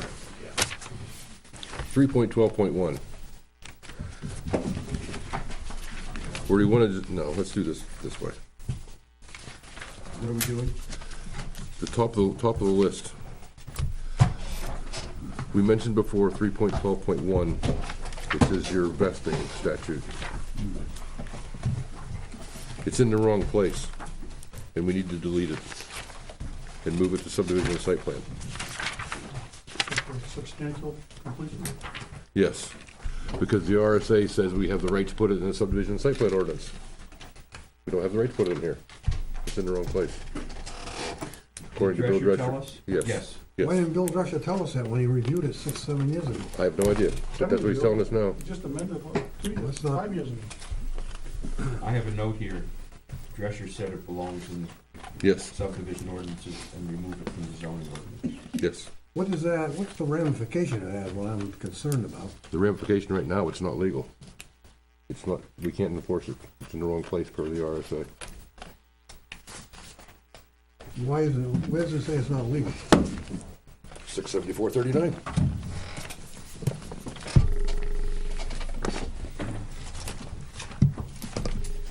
So we would have to have another public hearing to add it to the site, to the Subdivision. subdivision regulations? Pass one down. In case they forgot their book. Pass a couple more down. What page on?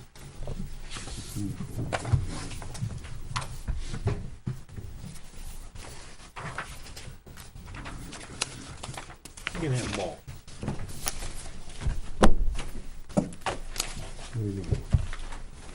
You didn't highlight the right part.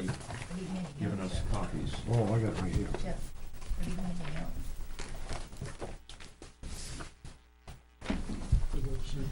I'm sure there'll be an extra one. $674.39. It's the 5-year exemption, which refers to vesting, I believe, in the first paragraph.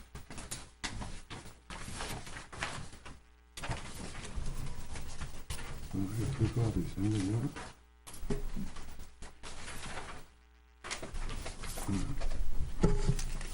You want a motion on this, Craig? or you don't need one?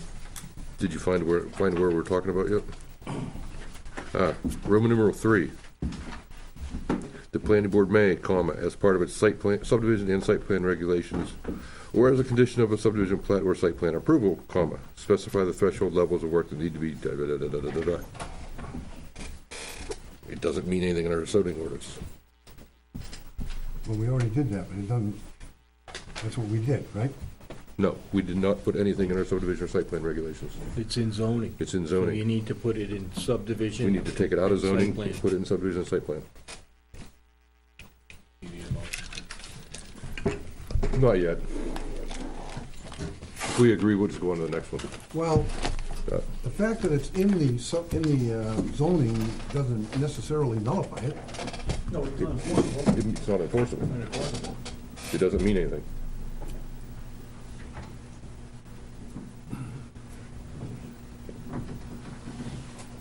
Per our attorney. Not enforceable, no need for it to be there. Move it into. We don't have the right to put it there. Well, that's, Thank you, Andy. there again, you know, that's a Thank you again. monumental blunder on his part. So be it, I don't know if in '08 we had him look at that or not. yeah. I assume we did, but I don't know that. Usually all he gets paid to look at is the numbering. I've been at least Ooh, told that he I was told reviews different. what we do. He reviews them and numbers them and puts them in the appropriate order and organizes everything. He doesn't review them for content. Although I have received some comments from him, but usually it just comes back as, Well, I guess it's this is beside the what you point. put on your warrant. Either way, it's not in the right Yeah. place. Okay, So that was which paragraph, what, 3? yes, Roman numeral 3. Yeah. Yeah, it's in the printed copy if you don't want to carry the book around. First page. And I hope I have my sign of this with me. I think it's somewhere. You're not gonna believe this. Oh, of course I am. Yeah, my notebook's at work too. What are you looking at here?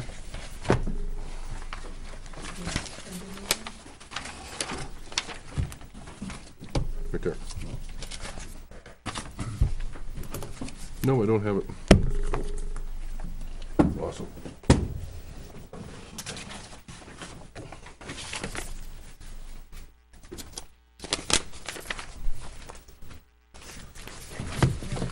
Do my eyes deceive me? What's it take to move it? Hmm? What does it take to move it? It takes Is a, that- it takes is a that town vote to something delete you it. might like? Then we have to have a public hearing for subdivision and site plan regulations and put it in there. Thank you. I don't know if that's the one that has Neil's yellow Yes, it is. changes. in That's it. not yellow, but it has NK all over it. And I forgot my notebook, and therefore I don't have my sign ordinance with me. I have 2 copies of But it. Chip just gave me a copy, so. Well, let me, are we going to do that this year, or? We haven't acted on the deletion. Doesn't it need Okay. a vote of the planning board? We don't need to vote on it until January. Oh, okay. Hold on, everything. I just want to discuss it to make sure everybody's on board before we get to the vote. Got it. Same with the buffer blazing and that kind of thing. We don't need to do Because that. this is a public hearing, we don't have to take any votes. No. We're just discussing at this point of view, point of time. Since I left my notebook and everything at work, where I was typing up stuff this morning, this afternoon.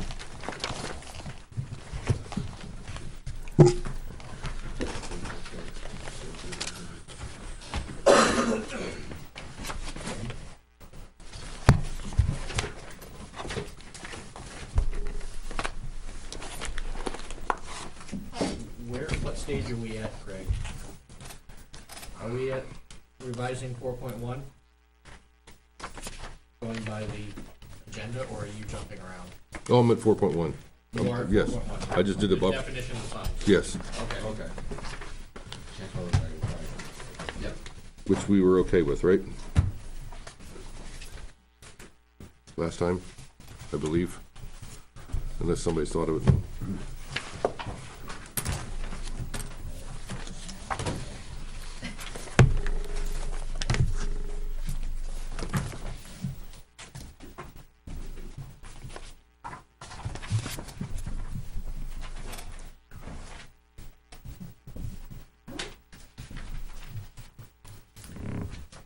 We were gonna, Wasn't the question on 4.1 that we had the definition in two places, and we're gonna move it? Yeah, we were gonna Yes. scratch it off 34.2. it's gonna come out of 34.2 is gonna be Yep.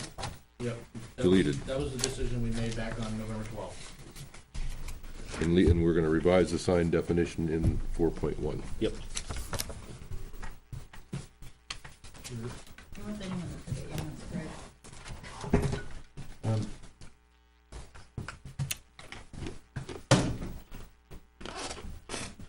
Let me ask you, just back up for a second, if we may. Sure. 312.1 has now been noticed that it was gonna be shifted to the what, site plan? Subdivision, is subdivision, that? subdivision and site plan, yes. So it is in effect at this point. As much as it was before, yes. No, more so because once it's noticed, it would now take, it would now be. We have not made public notice, it's in the subdivision. We haven't made public notice to change the subdivision site plan regulation. I believe once discussion starts, even back in December, back in November, that anything that has been discussed to be, is in effect. Has to be posted. No, you have to be posted in public, you have to be published in the paper and posted in 14, 11, 10 Okay. days before the meeting. Okay.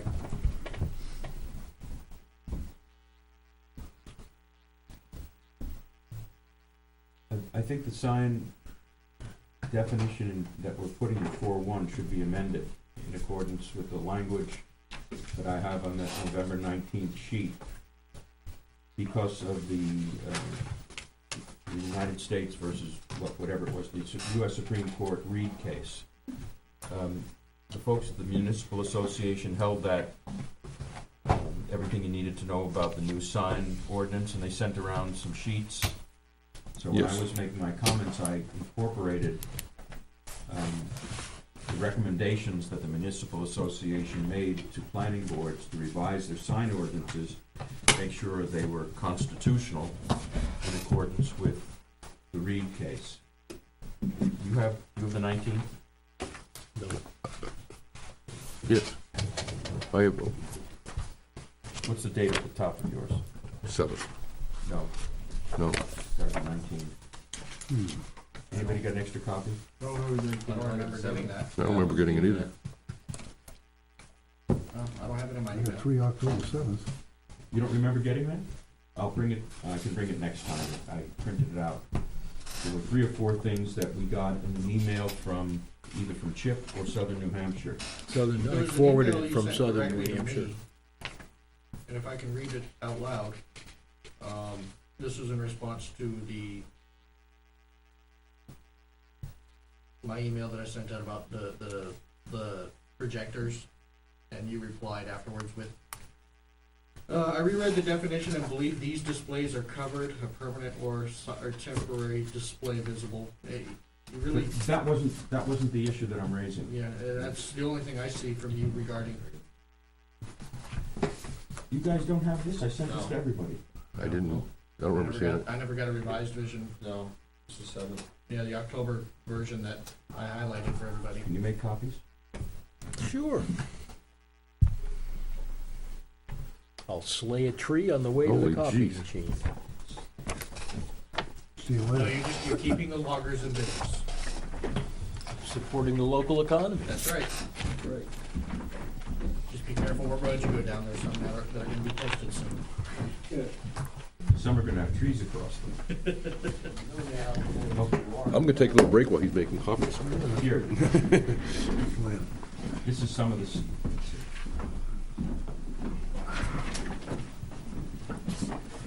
This is part of what they sent me.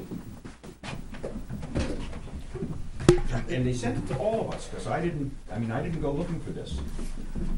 In fact, we were, this was a I got seminar. this email. Okay. Yep, Not from me, I mean, you got it from them. I got it from Chip, I think. Okay, I from think Chip Chip, forwarded it on, yeah. right.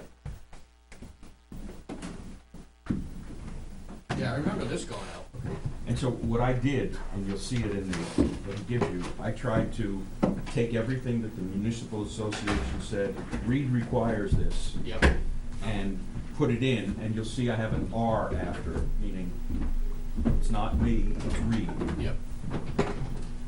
But since Yeah, we, because I remember, I thought I sent out an email saying I think we ought to go through this and. yes, you did.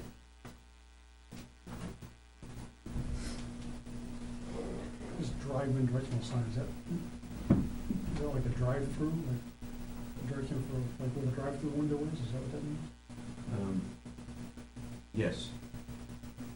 As opposed to So according to Reed, what Reed basically said was, you really cannot talk about sign content. You can regulate everything, but not content. So Because of freedom of speech, yep. right.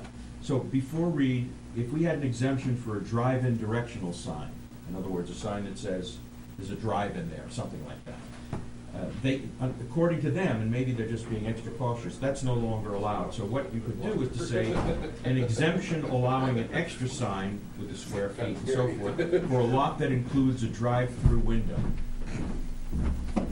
Okay? I mean, No, I know.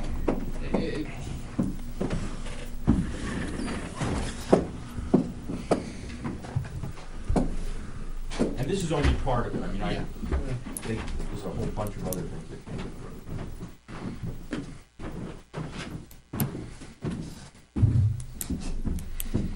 Thank you, sir.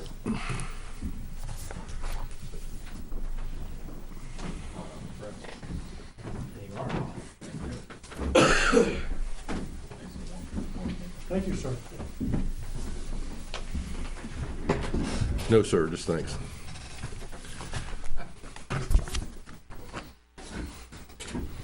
Tina didn't get one? Okay. I actually excluded myself,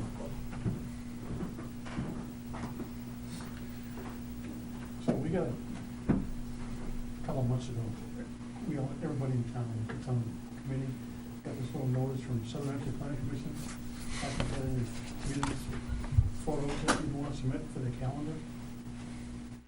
Remember that? Yes. Yeah. Did you submit something? I sent in 2 photos on a lark.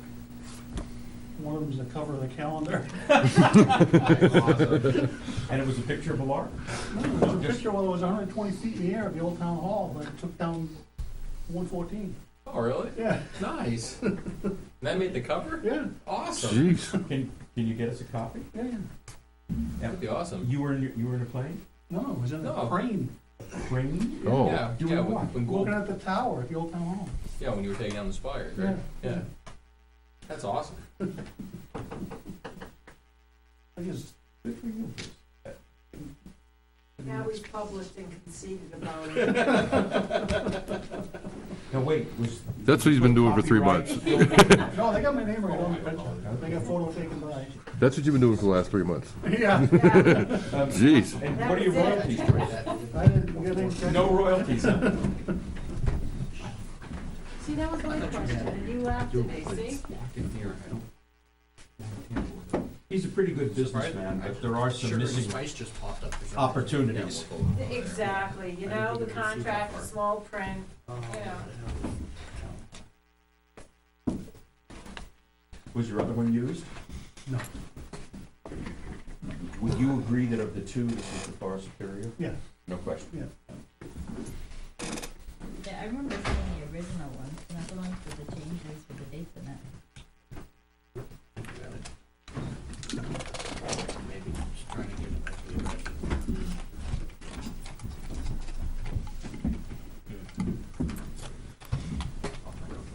Okay, so you're adding the part about government signs, basically. What I did in this one was to incorporate all the changes we agreed on. Yep. When we met on November 12th, and Yep. that's noted here. And then anything that has an R after it is a change that I made because of what I understood the Reed case required based on the various articles that we were sent. So for example, on 34-1, Yep. we were supposed to add enhanced traffic safety and add the master plan. Before we get too far into that. Yeah. Right now, we're only on Yeah, 4.1. let's stick with definitions. We're talking about 4.1, so let's stick with the 34.2 definition is what part. we gotta look at for the moment. In 34-2, you'll see there are 3 Rs there, plus the 11-12 change.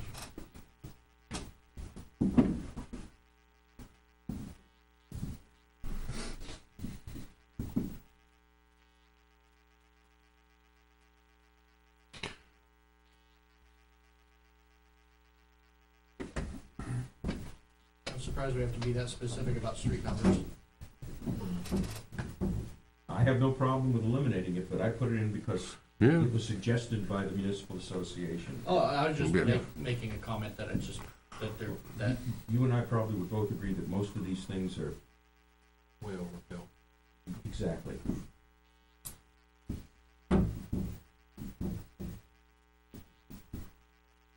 why are we taking out and customarily associated with residential and agricultural use?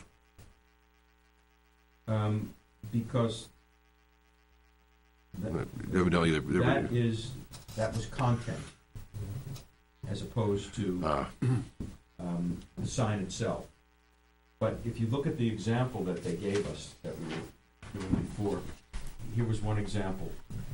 Before Reed, you could have an exemption allowing for allowing, quote, for sale, unquote, or, quote, rent, unquote, signs. After Reed, you have to say an exemption allowing an extra sign on property that is currently for sale or rent. Okay? Because in the first case, you're talking about content, and in the second case, you're not. Good Lord. Apparently, some lawyers are in desperate need of work. Evidently, These aren't my examples, by the way. This is municipal association. some judge made the decision also. Oh, I definitely, he doesn't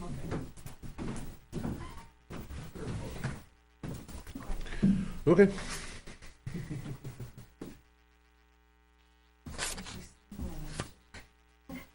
So- I've been eating them.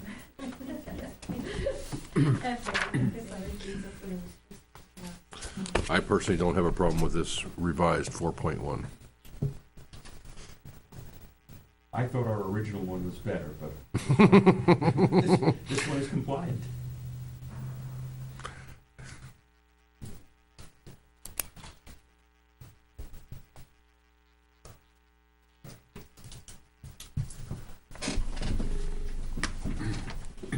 Any other comments on 4.1? No. Can we sneak in the bed and breakfast discussion now, or do you want to skip the bed and breakfast? What does that have to do with signs? Nothing. Oh. I was gonna quit the definition of signs and go to the next item on the list that Chip made, I see, okay. which is 17.3.7.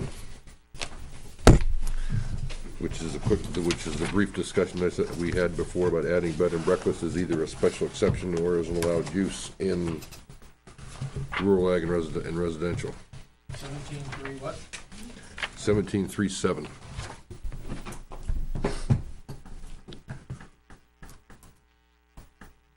I guess the question is 17.3.7 or 19.1.4 or neither.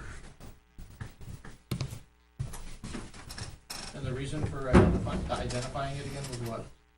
Just that right now, we had somebody come in with that conceptual, talking about a bed and breakfast in rural ag. Yep. We, About 6 months ago, I think? yes. Yep. We kind of didn't know if it was included or not, but kind of thought maybe it should be, I think, at the time. Well, I got a note here for the definition of the bed and breakfast, and Yeah, I don't have my notebook. Sorry. New Hampshire RSA 175.1. I wrote down Roman numeral 6. That was in the liquor, Yeah, but that was, I don't think, but that was the only definition I could find in an RSA. I don't have my book, but I was supposed to ask Bill Drescher about that. Wasn't I? Sure. To find a definition or find. Either one, I don't want to use that with the liquor commission. That's what actually a lot of the other RSAs were referring back to, was their definition. Could you read? Sure. Yeah, that had a bunch of bedrooms, if I remember right. More than 6 or something like that, it said in it.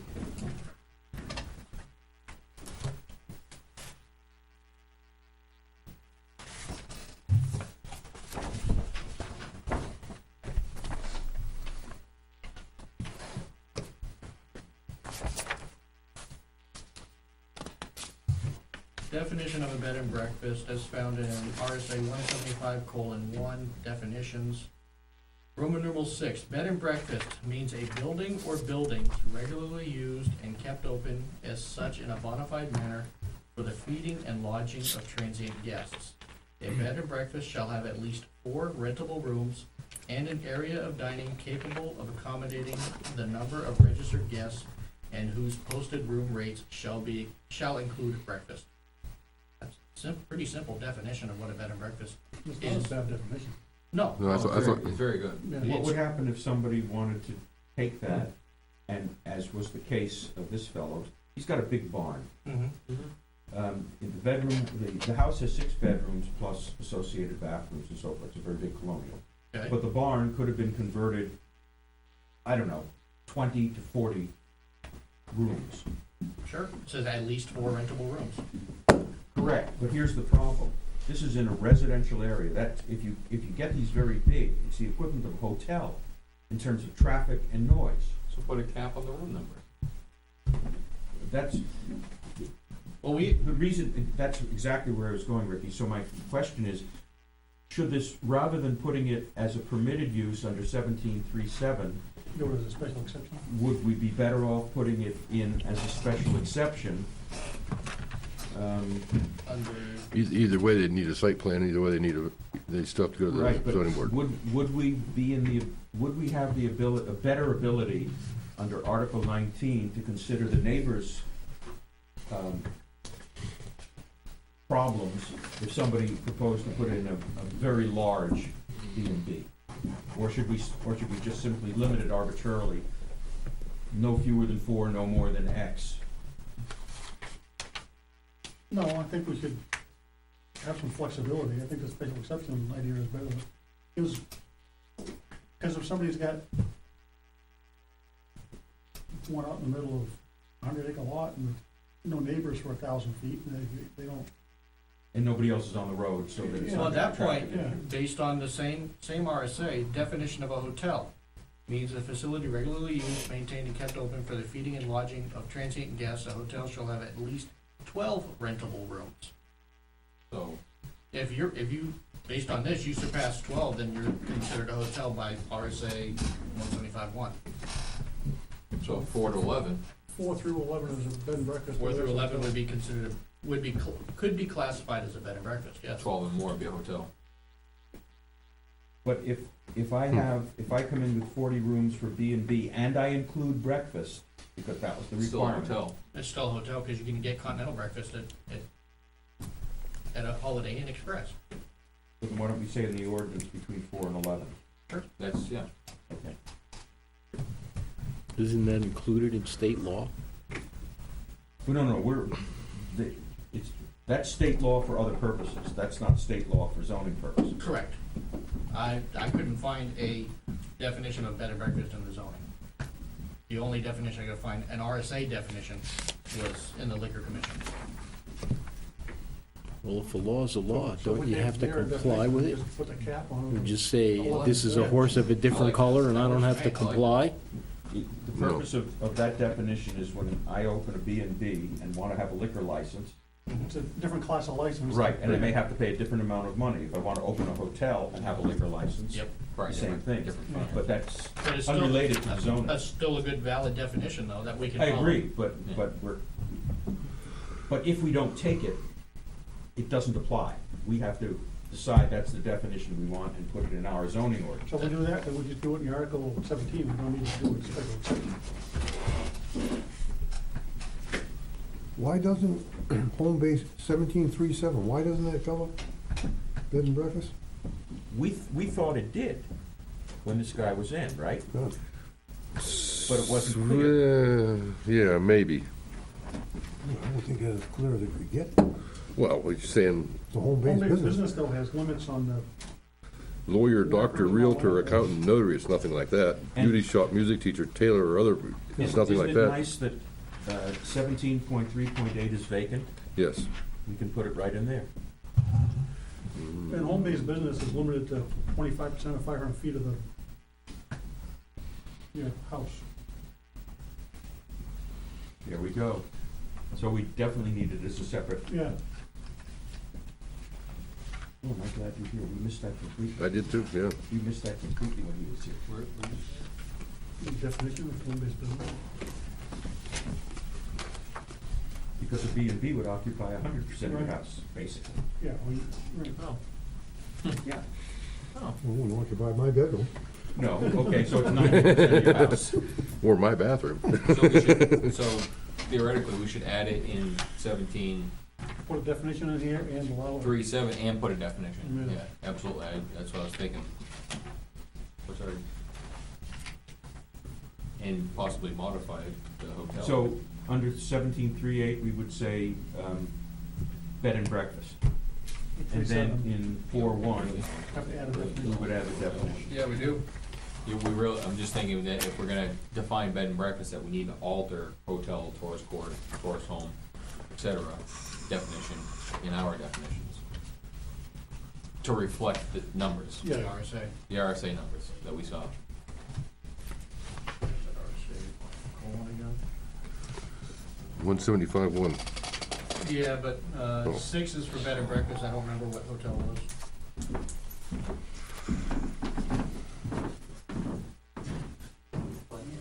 Yeah.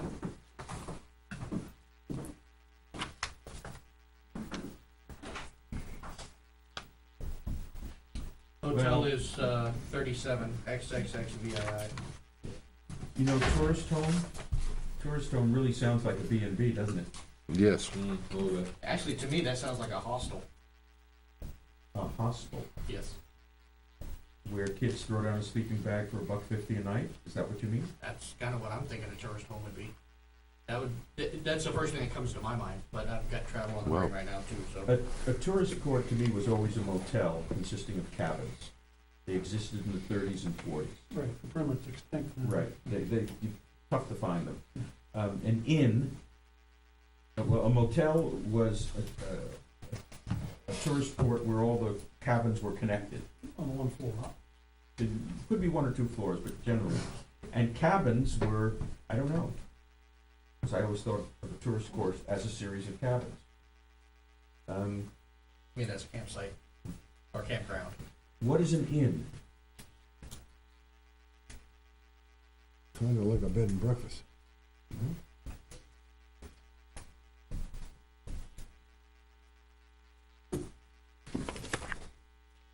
Yeah, the current definition says shall be a building or portion thereof where lodging or food is offered.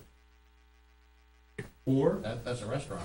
Yeah, exactly, Yeah. the or. An inn is defined as an establishment providing accommodations, food, and drink, especially for travelers. Synonyms are hotel, guest house, lodge, bed and breakfast, B&B, hostel, So it's just a generic term. tavern, bar, tap room, pub, public house, watering hole. Okay. Want to define watering hole and put it in our definition section? It might already be there. I think,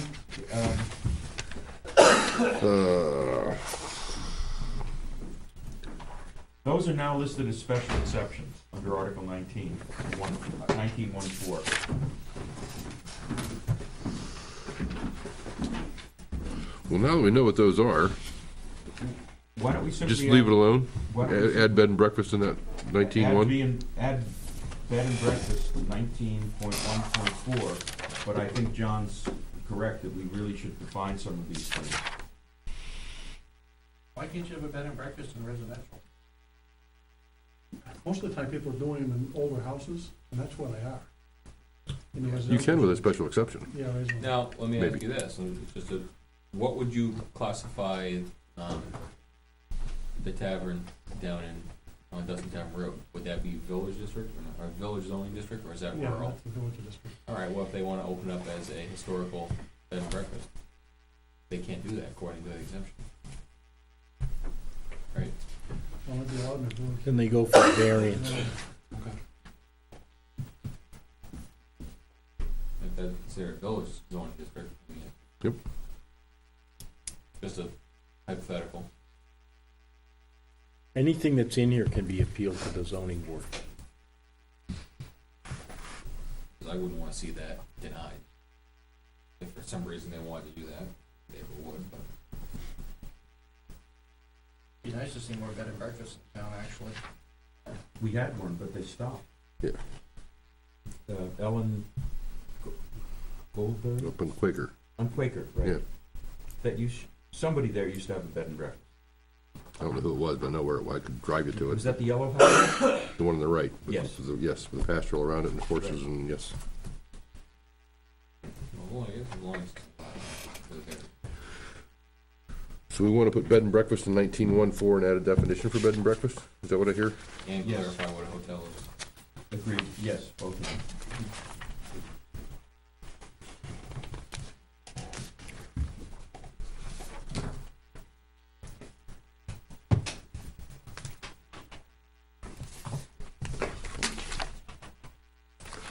So we're gonna take out 1737, just forget about it. Leave it in the special exception. Right? Yes. Yeah, we're not gonna put it, we're gonna leave it as special. John, could you come up with those two definitions for hotel and B and B? Yep, you want me to just email that tonight? Or Sure. You want me to just read it out and have you write it? No, down? don't do that. You sure? Yeah, I'm sure of that. Yeah, don't write it, don't blurb it out, no. I'll email it in the morning. That works. Okay. Last but certainly not least, Geez, we're almost done. only one left. We did 2739, right? Yes. And 27311. Okay. All we got left is 34. All we have left. That's it. Oh, we Well, can do that's- that on the 17th. That's not all, but we got more we could do.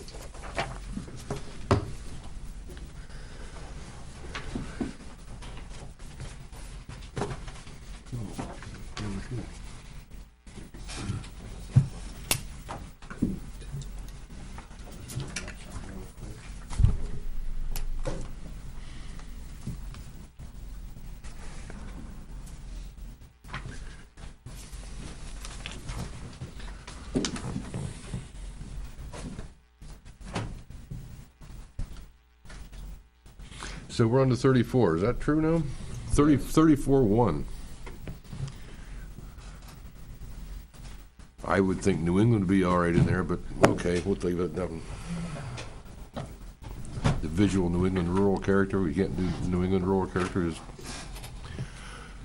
But why are we taking out this part about the adequate business identification and advertising? Because that is the purpose of a sign. No, Not the, maybe not the You sign can't- ordinance. we can't say that that's the purpose, because that talks about content. That was the whole point of reading. Yes, okay, That's why they want that, okay, yeah.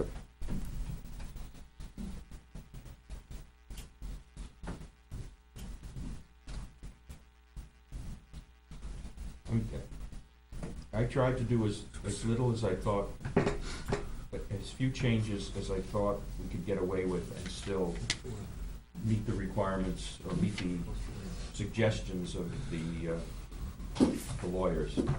So actually, yes, but the purposes of the ordinance, not of a sign, so, okay. I guess I'm over that. You've never seen a master plan? It's up on the website. Very interesting read. That, I think that's a historic document at this point, is it not? Yeah, it's, It's 2005? yes, it's up there, yeah. And we have an obligation by statute to review these or Yeah. revise these. Is it every 10 10 years? years, I think. Is it every 10 or every 5 or something? So like this year. We do not have an obligation. It's We do not? recommended. It's recommended, Statutorily? yes. It's not a shall.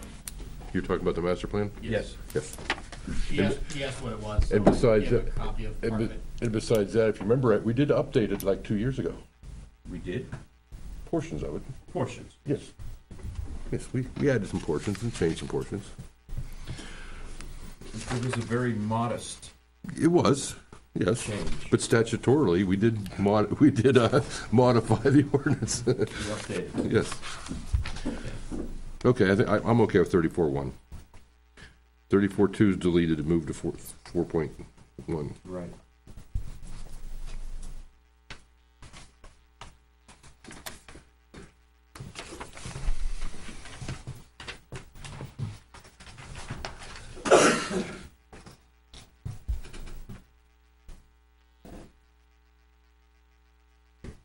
If I could, just real quick, Neil, you mentioned that there aren't any more B&Bs in town. There's actually 3 of them listed on Airbnb right now, actually. Airbnb is different. It is, but, I mean, it's just somebody renting a room or it could be, or a house, yes. but it doesn't It include doesn't, breakfast. no, but that's what the public thinks can be a bed and breakfast, and some of them do include breakfast. But it's not a requirement to list on Airbnb. No, it's not. Do you know where they are and how many rooms they're listing? Yeah, that's something we could probably discuss after this if you Okay. want, but yeah, there's 3 listed. How do you keep track of temporary signs? We don't. We don't. We don't.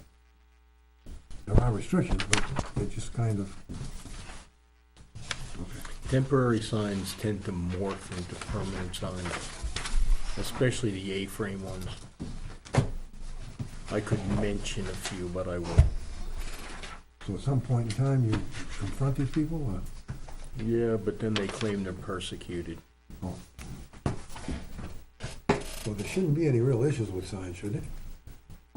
No.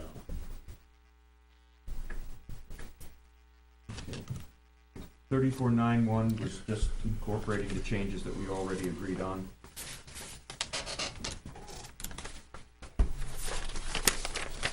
And that's where we stopped our discussion. As you can see, we made significant progress. Completion? Yeah, no.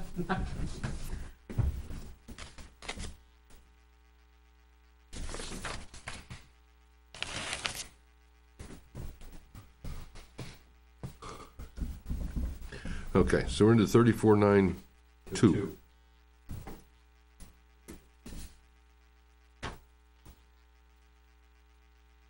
Is this an old note, Leo, or a new note, under 3492? I believe it's an old note, isn't it? Going back. John, I don't remember. I Yeah, know I had something. but It's whether on the I changed it It's or on the not. October 7th one, so yes, it's no, Okay, it's an old one.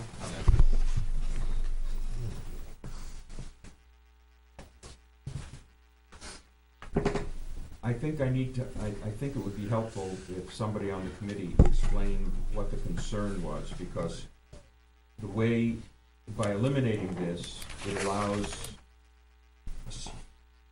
you could take the 10 by 10 sign in the commercial zone that we expect to be on the ground and put it on top of the roof. No, I don't think so. Because I think we have height limitations as to how high a sign can be. But if it can be on the roof, the signs that go on the side of a building were limited to 75% of the height of the building. Is there some place? On the face of the wall, yes. Right, is there anything in here that talks about a sign, height limit if the sign is on the roof? Maybe I missed it.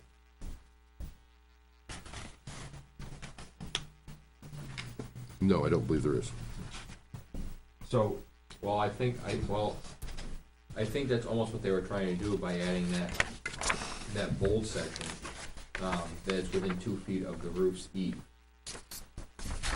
That way there would limit it, you would have to be down towards the bottom, you couldn't put it up on the peak.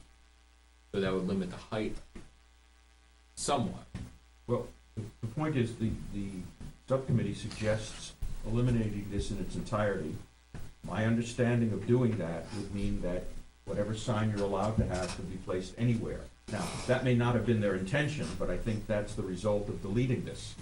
So my suggestion was, where, as you can see, is in the middle there, because I thought that the problem was that you wanted to be able to put bigger signs on farmers' porch roofs.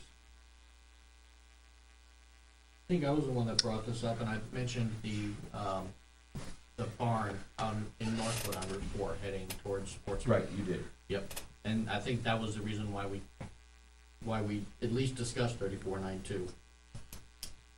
If that's your objective, That I was, think you that need was different part of it, language. that was part of it, but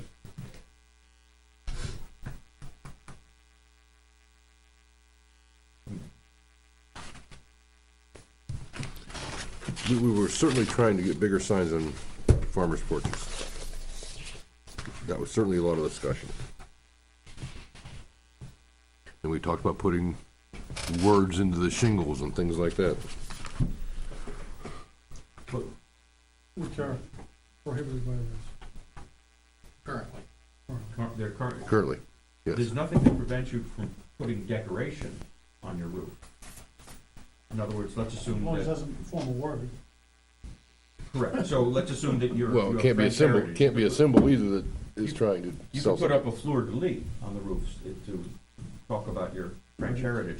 But if you were running a mobile station, I think putting a picture of Pegasus, the flying horse, I know this is many years ago. Texaco. On the, is that Texaco? Texaco Star. Yeah. Sorry. No, Texaco is the star. Yeah. Texaco Star, no, Pegasus was mobile. Yeah. I think that would be a sign. I think at that point, you're gonna run into your legal issues with the First Amendment. All you need about the gas stations don't have pitch roofs anymore anyway, they're all flat. Because now you're trying to modify content, and we're having that No, issue. I'm talking about location, not content. Well, you say Well, no, you can put a I symbol, apologize, yes, you you're can put a right. symbol, but you can't put words. Now, now you have that First Amendment issue, so. You could be right. And that's not where we initially went with this, but now that you're bringing this up, it's, Yeah, that's not where we were going, I know that. What is it that you're trying, that the committee was trying to accomplish here on roof signs? be less restrictive. I understand. Less restrictive and totally without limitation are two different things.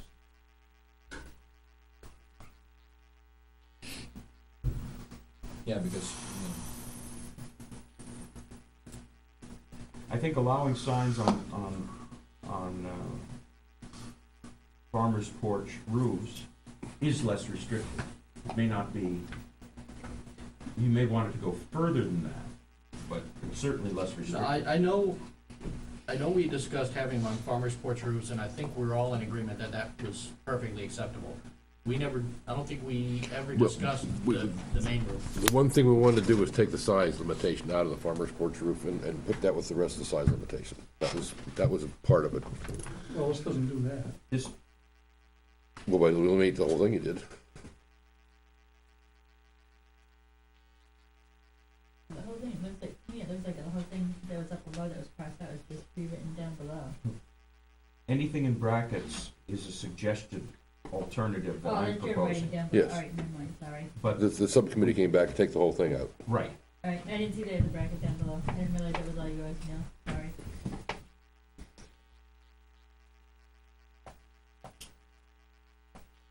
I thought his was yours, just in between.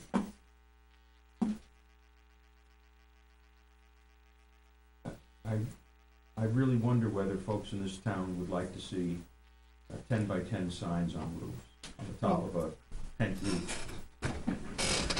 Well, obviously, it's not gonna be 10 by 10 because of the other, but no, I understand your point.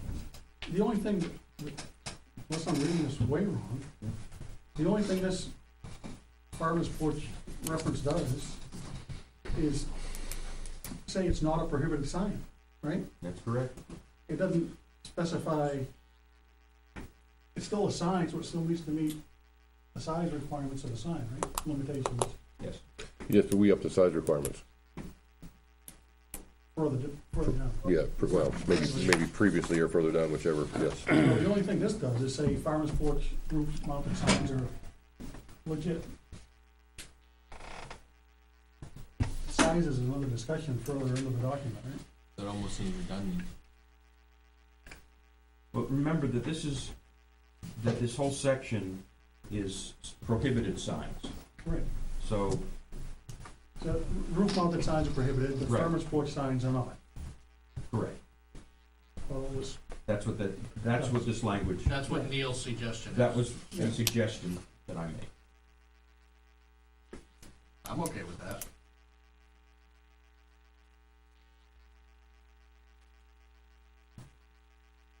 and I don't think you need the reference to lower pitch.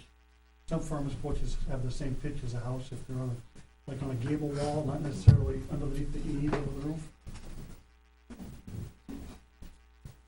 You know what I mean? If the house is like the gable end facing the street and the porch is on essentially the end of the house, that farmer's porch roof can have the same pitch as the main house. I see, so take out, The lower and this is pitch the part. current definition, take out, between building and, take out and everything else in the sentence. So it reads, a farmer's porch means a one-story open shed which is attached either to a vertical wall of a building or at the eave of a roof of a building, period. Period, yeah. And therefore it could have any pitch. Right. I'd go with that. So, let me back up a little bit. Right now, you could have a sign on a farmer's porch as long as it's 2 feet away from the eave, and it's less than 1.5 feet high. Correct. Okay. I know we were trying to change that. If you adopt the language that I propose, then you could, whatever size sign you're entitled to have on You could that put it on a property porch. could be put on a farmer's porch, subject to, well, I'm not even sure, John, would it be subject to the 75% limitation? Yeah, typically, if it's on a farmer's porch, you're not gonna be 75 feet of the total building height. No, and that's just a maximum limitation, so, I mean, But would it apply to that sign? Because the way it was written, it applied to a sign that was attached to a building, right? to a vertical wall of the building. Right. Not to a roof, I think we specified vertical wall. But to answer your question, no, because I can't imagine a farmer's porch roof being 75% or higher of the main structure. Say it's a one-story. You wouldn't have a farmer's porch then, you'd have a regular porch. No, let's take the gable, you've got a one-story building with a gable roof. You get it on a cape where it changes pitch and Right. there's a porch underneath that. On the Could be a end, farmer's okay, yeah. porch. Yep. Yeah, 75% of the height of the building wall. What section you Where'd read? you see that? But I think limiting to the first 34. floor will Three, take care of a lot. 34. 10, 34. 3410, 34. That's only in the commercial business, that's only in the commercial though. The farmer's porch have a lot shallower roof, so. That's the Yeah. first it's one not I gonna be found. above Yeah. it. Yeah, okay. No part of any sign attached to a wall Yep. shall be higher than 75% of the height of the wall. Okay.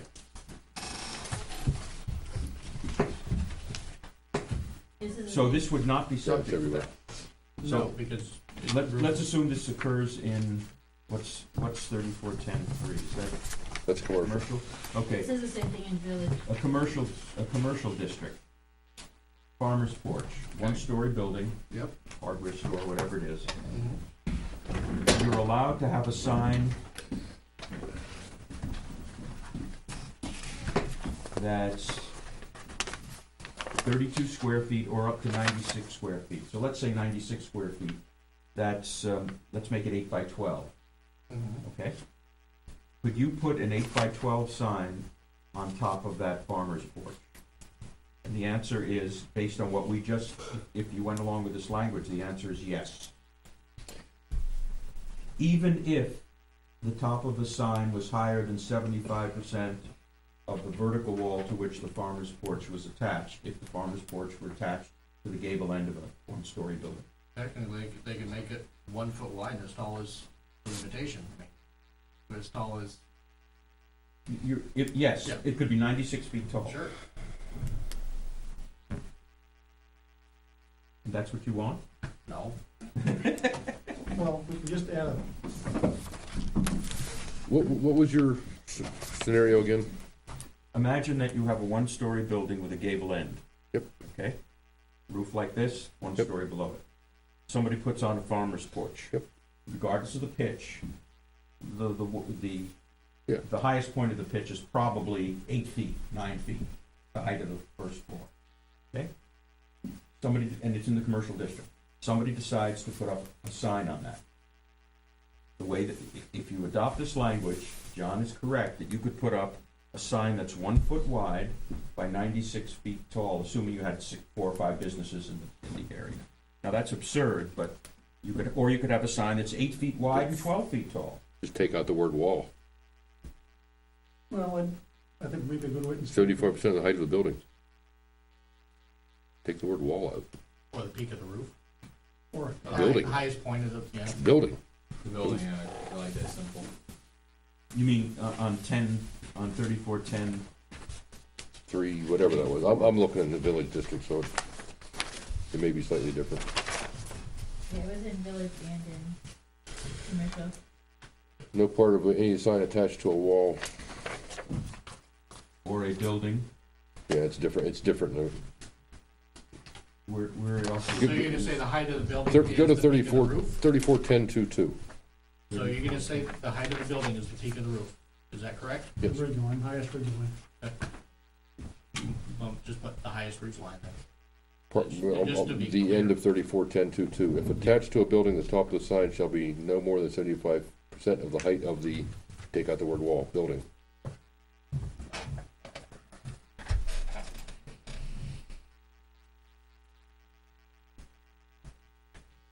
Whoever typed this up obviously didn't make it the same everywhere.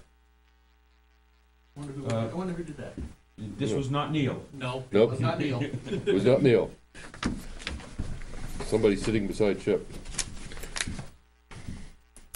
She did not. You say, don't look at me.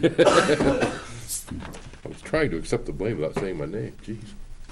So that needs to be changed on 1023 also, 341023 also. Didn't look wherever it was, everywhere it was, I just, So we're taking out the word wall, correct?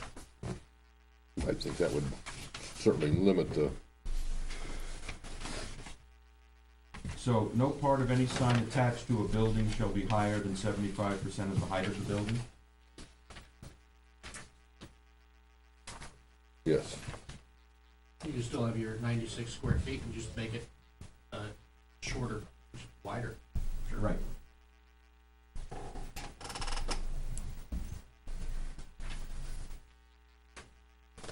So that's Now this is the industrial? 34, well, we gonna apply Oh, no, that that's- to all zones then? So we're gonna do village, we're gonna do residential, commercial, and industrial? Right now, it's just in village, right? And Well, village two, has, three. Village, 341022 makes reference to the building wall. 1023 does. We've eliminated that wall. Yep, so 1023 also, so we scratch that. Yeah, 341034 has it also. Yes, 3-4. What about in the R and RA district for the, to cover the farmer's porch roof sign?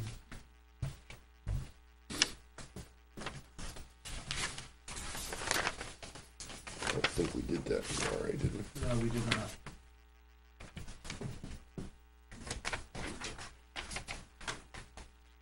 Was that an oversight on our part, or was that intentional? I don't remember. What? That we didn't do the 75% of the roof in residential and I rural ag? think it was intentional. Because residential, you're only allowed to have 6 square feet a sign, Right. Proposed 8, but yeah, okay. and in RA, it's, Same. same. But what if you did it on farmer's porch roof? We still put it on a farmer's porch, right? Yeah, but if you put a 6 square foot sign on a farmer's porch, how much is it gonna take up? I mean, If they have a really short business name, Well, typically in your residential rural, in rural, you're set back enough, you're not gonna see much of it on a farmer's porch either.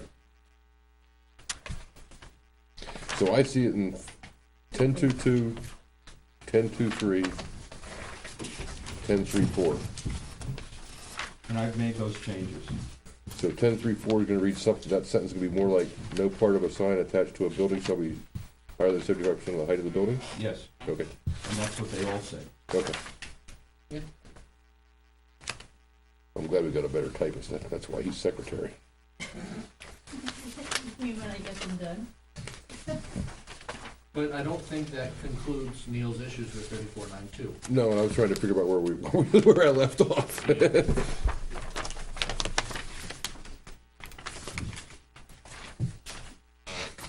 So are we agreed then that for 3492, we will use the language in quotes? Your proposed language? Right, deleting the farmer's porch. And that, Well, just so everybody in TV land hears, we're not deleting a sign on the farmer's porch, no, we're expanding. we're expanding the size of a sign on the farmer's porch, That's correct. or possibly. Okay.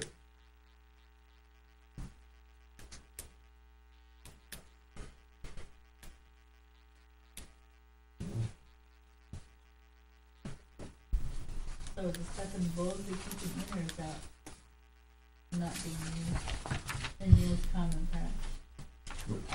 Bold is struck out. Right. This will, the only thing we're taking out in Neil's common part is just the last one. Yes, after building it, period. Good. That's my understanding. Where are you? On 3.92.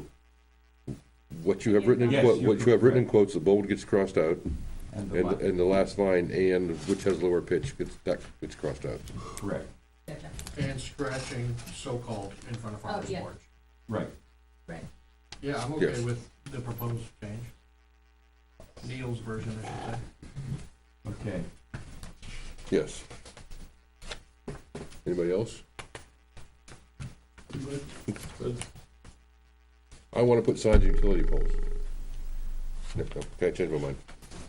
I hope you don't, because I No. think it violates state law. It does. I was gonna say, I don't even know if we need to have that, 'cause Yeah. that's against the law anyway.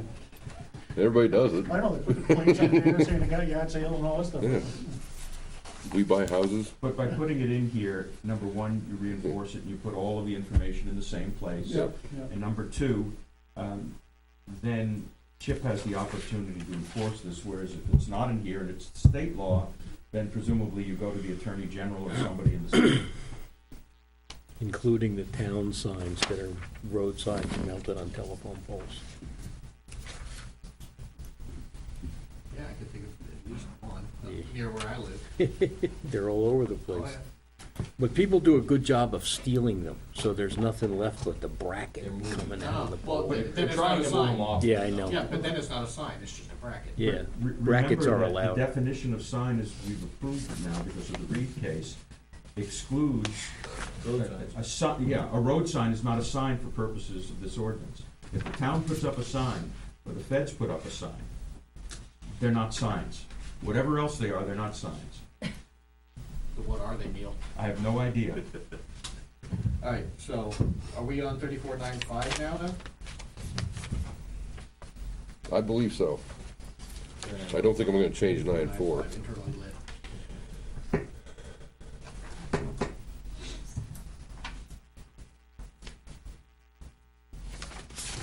Okay. I think that the way to write this more understandably and workably in the ordinance is not to put it here, but to take it out of here, and as I suggest,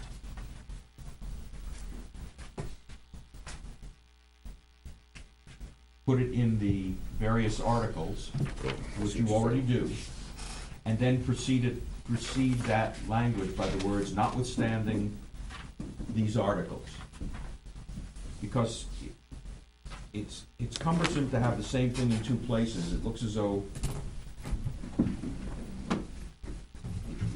did, I don't know, from a drafting point of view, it didn't make sense. Because what we're saying is, in 3495, we're banning certain things. And then in the other articles, we're saying, notwithstanding that ban, we're allowing it in the two zones. So why not just ban it in the other zones instead, and just not mention the others? It's less wordy. So, say that again? So we're allowing it in commercial and industrial. That leaves rural and rural ag, correct? And village, excuse me. So why not say internally lit signs, blah, blah, blah, are prohibited in village, rural ag, and residential? Period. That certainly is a better way to do that. Then you'd have to eliminate those two other articles. Well, No. I'd have to read it again to think if that's a good idea. I'm not sure. But your approach is certainly, I like that approach. Just saying word prohibited instead of exempting.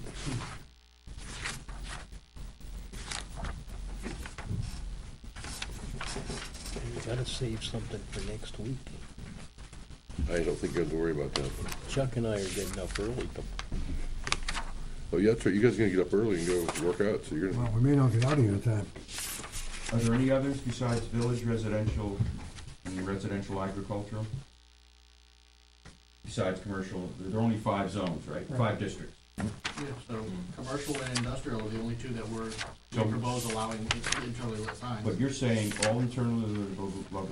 The problem is, of course, that you don't allow, in your proposal, you don't allow electronic message or sign.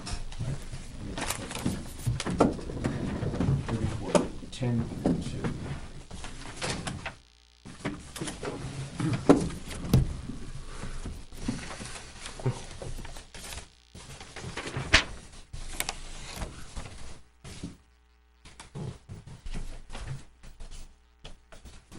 Thirty-four, ten, three, two, 34, 10, 4, 2, 34, 10, 4, 2.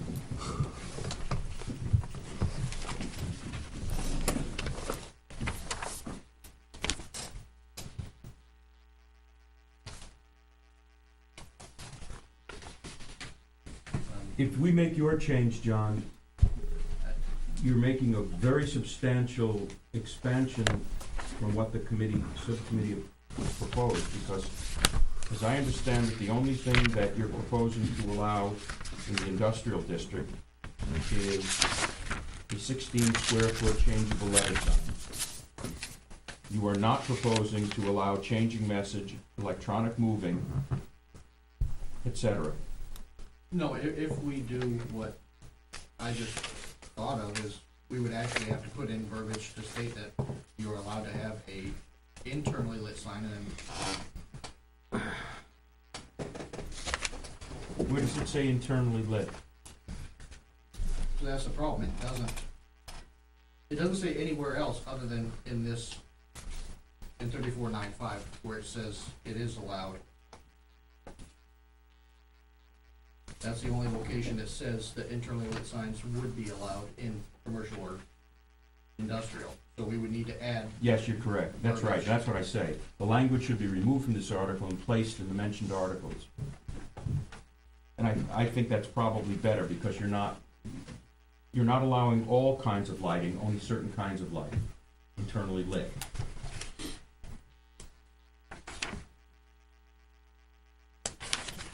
Let's see what I proposed. so we aren't gonna allow stationary letter signs in the industrial district? say it again? So now we're not gonna allow stationary letter signs in the industrial district? No, we are. We're just trying to Okay. make the language work. Okay, so you're not, okay, the back up a little bit, because I was looking at some other crap. You're gonna leave 3495 pretty much as written? You're- No, we were discussing an option. Okay, I did not do it. I just suggested that the better way to do it, but I didn't Yes. provide that language. And I think if you agree with me, then I will get that language. What do you do on 10.3.2? We add in addition, there would be 16 square feet of internally lit changeable letter sign mounted on the, 10.3.2, Well, if we modify 3495, we would have to come up with new verbiage for and it's, 1032 and 1042. right, and I can Which does not currently exist. the only thing we're really adding those is internally lit thing, right? That's it.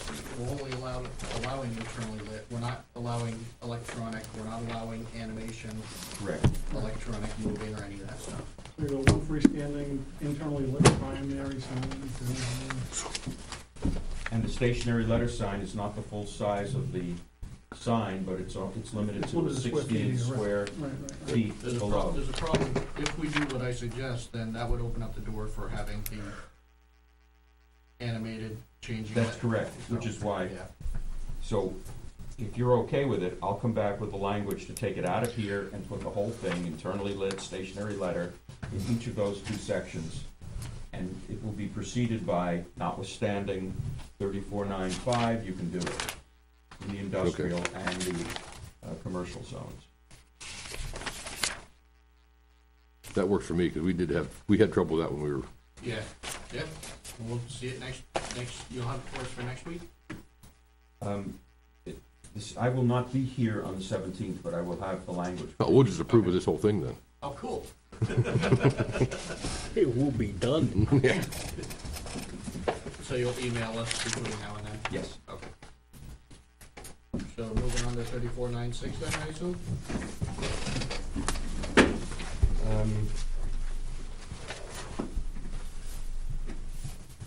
I made some sort of a grammatical change under open signs. We're still on 3495? 3495 after the NK section where it says open signs, Oh, you took out the I took out the S. indicates. Right. Took out the S.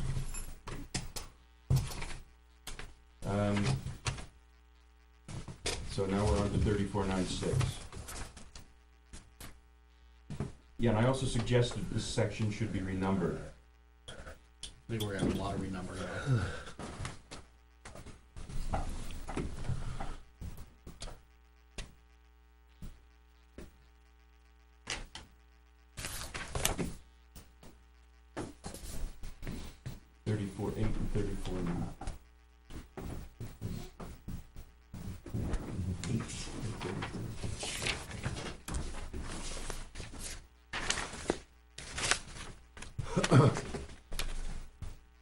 Well, that makes sense. Why would that open signs be where it is at all anyway? Yeah, why is it in It prohibited shouldn't sign? be there. No, it shouldn't. So that's why I suggest it should be Yes. removed, and I'll put it where it's supposed, where I think it should be, and I'll renumber it in some way. Yeah. Okay. 3496.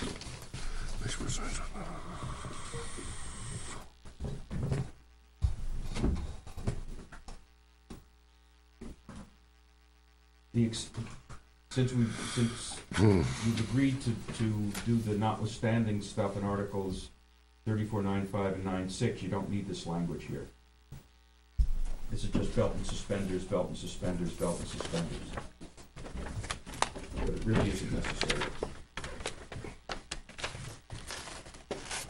Because those articles say, except, notwithstanding. So you're gonna say notwithstanding 34.9? No. We have a specific exception that says, that will say, notwithstanding Articles 3495 and Article 3496. Okay. And then we go ahead and describe the stuff in the Okay. industrial, so that this is not necessary.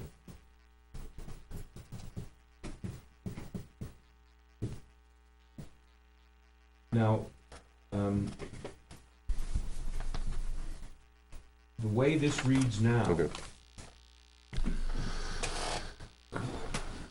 there is, am I correct, there's no limit on the number of these signs? Number of what sign? Message board signs, I'm on 3496. Well, it's prohibited, not allowed. We're still on prohibited, aren't we? Yes. Yes. anything 34.9 is prohibited. Where's, So.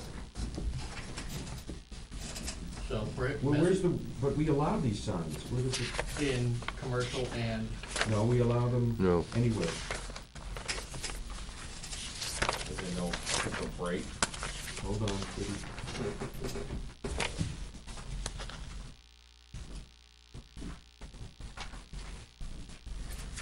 Yeah, that shouldn't be there at all.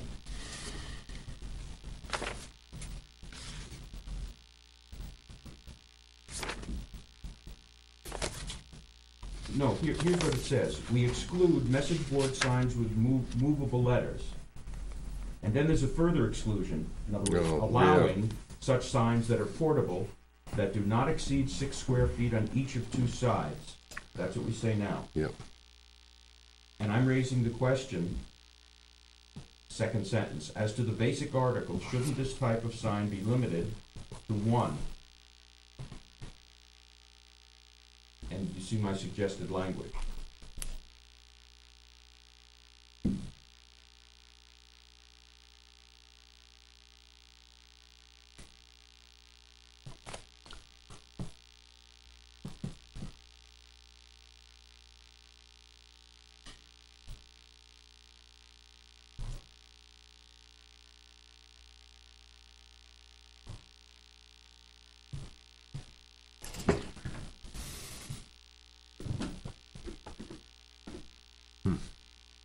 Seems,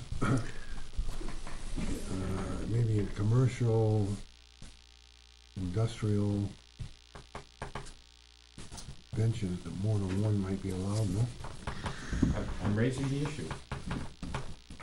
You can leave it as it is, or you can make a change.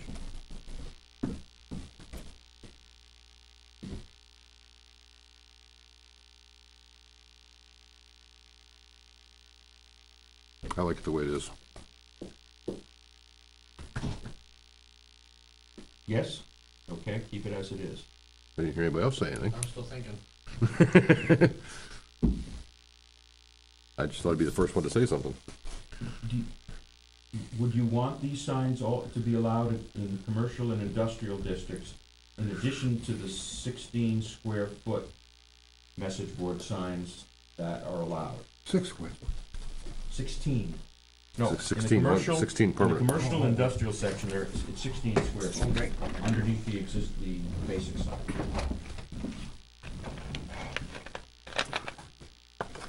If I was gonna limit it, it'd be per business, but then we're gonna get into that whole business activity discussion again. Not under Reed. Right. Oh, Well, you just change it to do like you did before, just make it apply, just apply it towards the RA, R, and village. Because the commercial industrial allow them separately, right? That's correct.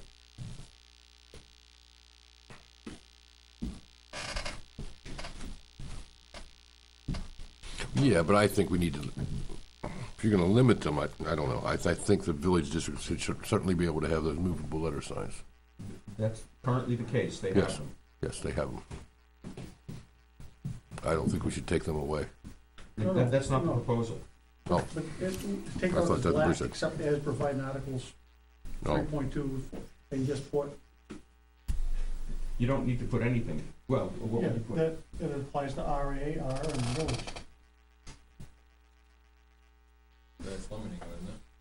No, that's a, so you would just say, instead of the bolded language, you would put in the village RA and residential districts. Right. Make sure you add residential manufactured housing or something like that. There's another zone. Believe it or not. Because the two commercial and industrial Wherever it is. work, specify those different sizes and everything else anyway. Yep. But not the 6 square feet. Yes, there's also a residential manufactured housing district. Do we have one? Yes. Oh, okay. Yeah, there's one over there. Okay, then, Two. Oh, okay. then Oh, that's right. Bruce's proposal is to have 3496 read, this is prohibited. Message board signs with movable letters, excluding such signs that are portable and that do not exceed 6 square feet on each of 2 sides in the residential RA, village, and residential manufactured housing district. which Commercial, would mean so commercial doesn't get them? the No, they're allowed the in the commercial commercial- has, under the the commercial commercial has zone. 16 square feet. They're not the But six. they don't get a message board. Bruce's suggestion is they don't get the portable message board, they have the stationary message. I don't like that. You wanna keep it as it is? Okay, I don't have a problem with taking it out of the industrial district. I don't think, that's what he did. Then why- I don't want to take it out of the commercial district. I'm gonna leave it in industrial. Where our industrial district is, I don't think it matters personally, but, It doesn't really, no one you does know, them. B and B and Yeah. But Colby there are Road. other industrial areas. Yeah, the one way up 114, I forgot about that, towards Henniger. Let's just leave it as it is. Yeah, I think leave it. We'll delete the bolded language but not add anything else. Yes. So I don't know why you have to have that except as provided in Articles 3, 2. We're taking that out. It's gone. Okay. Fuck it else. Okay.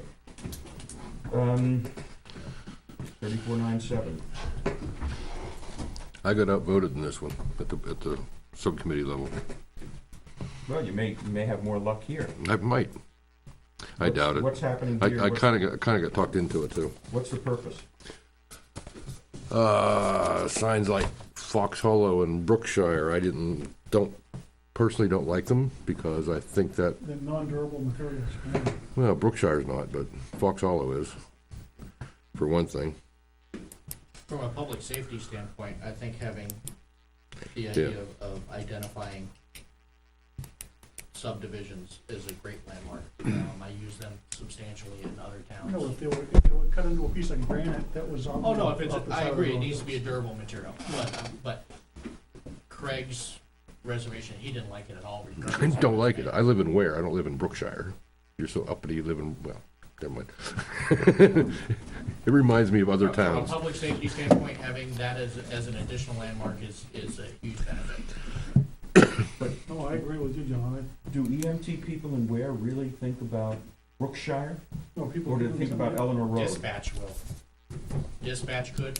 If you're driving down the road in Bedford, Wallace Road, there's a subdevelopment. You don't know what road you're on, but you're passing Brookshire Estates.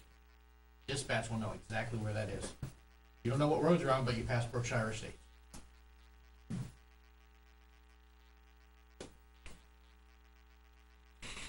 I don't know if there is one on Wallace Road, but from a public safety standpoint, that's a huge bonus. I have no problem with this, with the bolt, I mean, the bolt, like with the bolt part, that puts on the planning board, someone has to know the design for the sign. That's what, I went along with, whenever we approved it, I went along with it. Because it's gonna be part of the subdivision application, obviously. Right, And it has to be a durable material, so. Yeah, granted, well, Yeah, but if you want stone, you better put it in there, because people are going to have very different definitions of what's durable. And Yep, the plastic. planning board, when, you know, Plastic's durable, is it not? Yep. yes, So, you want a plastic sign? it looks good, why not? If they wanna pay for it, it's, again, for me, it's a public safety issue, and I want the identification there. Craig wanted the ability to yay or nay the material, so that's why we all agreed to have it come before the planning board for approval. If it's such an important feature, why not require it as part of the subdivision regulation? No, I'm, I'm gonna smack them. if it's a public safety feature, why is it optional? Because nobody in the town's brought it up, I guess, I don't know. I think you're increasing you're putting an optional cost on the developer. I think you're But adding, we do all sorts of I optional think- costs. I think you're- On top of. I think you're adding Yeah. more ugly signs, Neil. I can't believe you're saying this. Well, I'm trying to, I know, I agree with understand. you that these are generally ugly, the names Attractive, are, yeah, they're not attractive at least. and, I'd best, in Ware, I'd rather forget the fact that it's called Brookshire, I'd rather think of it as Eleanor Way. But I didn't think of it at all from a public safety point of view. So I'm trying to Yeah. explore that issue. I agree with you, Craig. They are Well, ugly. if somebody builds a subdivision or another Fox Hollow, what if they don't name it, then then they're not gonna put up a sign. If we require them to put up a development name sign, that means they have to come up with a development name. Most subdivisions They are gonna all have, have if they're gonna have, if you're gonna build a names. road, you're gonna have a name. Okay, 99% of them. And why isn't it in Fox Hollow, isn't there a road there called Fox Hollow? Fox Hollow Drive. I Right, believe, yeah. and on Holly Hills, isn't there a road that says Holly Hills? Yeah. So, why do we need signs? Is it Duck Pond Road? There is a Duck Pond Road. It is Duck Pond Road. Okay, I don't know, I was asking that. Well, it's, the road No. going, the road going into the development has no name. The road going by the post office is called Duck Pond Road. Okay, so Duck Pond Road is not a development. That is Duck, correct. Duck Pond Road is not in Duck Pond Estates, no. Okay, so that would be a good argument to have a Duck Pond Estates sign. Why? Have Mallard Road. What good's that gonna do? You're not gonna forget it.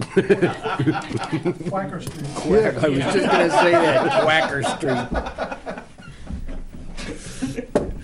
Now, this was my argument, from a public safety standpoint, I think it's a good idea to have development signs available if they choose to put them up. If What- they choose. Would Why that be don't true you in a seek town, more wisdom true in from a the town fire like chief Bedford on than that it would be and end the where? conversation? I think it's true anywhere. I think it's true anyways. I think we did. Personally, I think they should be, Did we get comment from fire on that? I thought we did. We did not get an official comment, no. personally, Because I they should think be at the law. time, when I had inquired of a fire personnel, they were going through a 911 remapping, and they didn't wanna muddy the waters. I have a question about Brookshire. Doesn't I Brookshire, don't even know where that is, to be Well- honest with you. as you come into Ware from Goffstown, Okay. it's the first one on your right. Big granite sign, marking right, they're Yeah, right I'm there. never on that end of town yet. And this sign is built into a wall. How high is that sign off the ground? 3 feet, maybe? 4? It's very attractive because it's in granite or in stone, Okay. but I think it's probably covered in the winter. Well, it's It snowbank is. height. Oh, yeah. It is, you cannot see that sign, that's what No. I was raising my hand for. So if you're gonna have a sign, either illuminate it, make sure it's clear, or raise it, because you never see it with snow. Last year, you never saw that sign. For some of us, that was a blessing. It's a very pretty sign. But it is a very pretty sign, And you're Elmer right. Way, you don't recognize, everybody knows Brookshire. But if the Brookshire sign wasn't there, everybody'd know the Elder Way sign more. That was my point. Tomato, tomato. Right. I mean, personally, I think we should just take out the durable material and make them be granite if they're gonna have a subdivision sign. Something's gonna last 50 years, not just Well, 20 is years. there other material that can be used in substitute granite? Marble, A lot of money. brick, Stone, or What's that stuff that they need, the signs that are beautiful? hard surface material? no. No, what do they call that? Hardscaping material, hardscape material? No. Now I know what you mean. I think limiting it to granite would, I think I'd just rather have it durable material, and then you could put something, we can make that How recommendation. about durable natural? Or is that too limiting? No, if it's brick or something, brick Yeah. isn't natural. That's true. Routed southern yellow pine. Yeah. Okay, we can. Durable. Pressure treated. Subject to the planning board approval anyway, so we can explain that durable material isn't something that lasts 20 years, it's something that lasts 50 years or more. Non-plastic. I guess we're okay with that, huh? I'm not. I think it's the uglification. But Thank you. You could put some I agree. flamingos I in could have front you of go it. with me at 3 in the morning in Pepper, 3 in the morning trying to find a place that, when you're half asleep. What do you think, Kelly? But I think Dave, I'm okay with it. I don't think at this time of day. Anytime,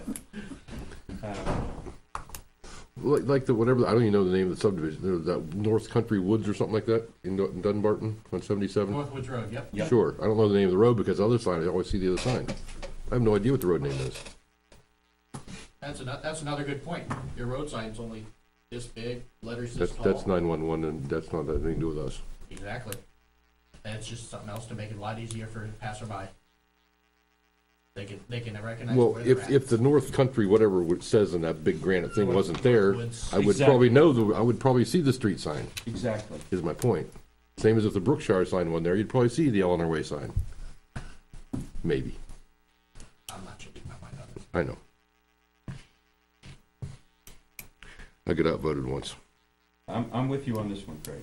I think whoever's doing the subdivider ought to be able to put up a sign that identifies the development if you want to. You talk about a permanent sign. Yeah, Mm-hmm. The only problem, like, well, okay. Permanent, yes. Approved by the planning board. right. You Correct. can make it any damn thing you want. I don't know if we can. If you own the typewriter, you write the We rule. can't, according to Neil, we can't regulate content. We can't tell them what to put on the sign. Can we tell them We it can can't be, tell them the sign must be made of X material, Durable Y material, material. yeah. But we can't tell them what goes on there. so they can make a stone sign that says such and such estates and paint it pink, and we can't say anything about it? Sure you could. No, Okay. you can't change, you can't tell them what letters they can put on there. You can tell them what color it can be Yeah, on. okay. I mean, it says identifying residential development, so it's gonna have a development name on it. It's gonna have- Or it could have an asterisk or Logo. a symbol or anything. And a lot of people move to the country so that they're not living in a development. But they don't have No. to buy in there. No one's supposed Now, to that's buy in. changing though. Well, that's changing. With Yeah, I the- know, they're all everybody- coming. Yep. They all wanna live on cul-de-sacs. You're right. Well, we need a train station, it'll look like New Jersey. We should legislate that. All developments will be cul-de-sac. Oh, God.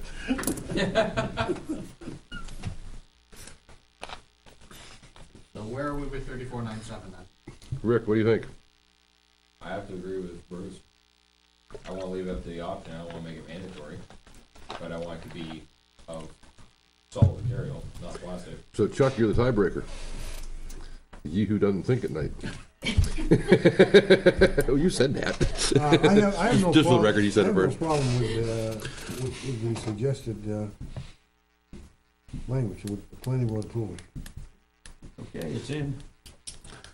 It's twice, Neil.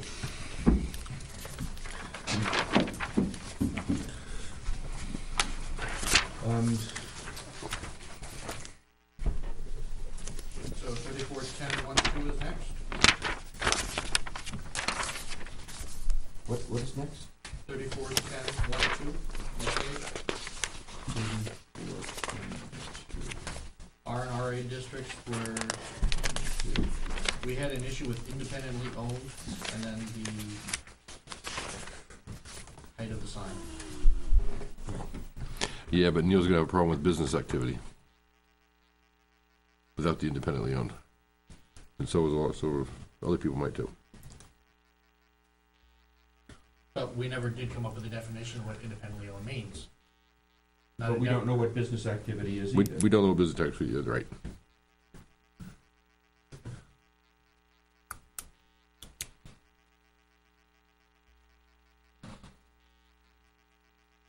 But let's assume that we have a husband and wife in a single-family house in a residential district, okay? She's an accountant and he's a Carpenter. carpenter.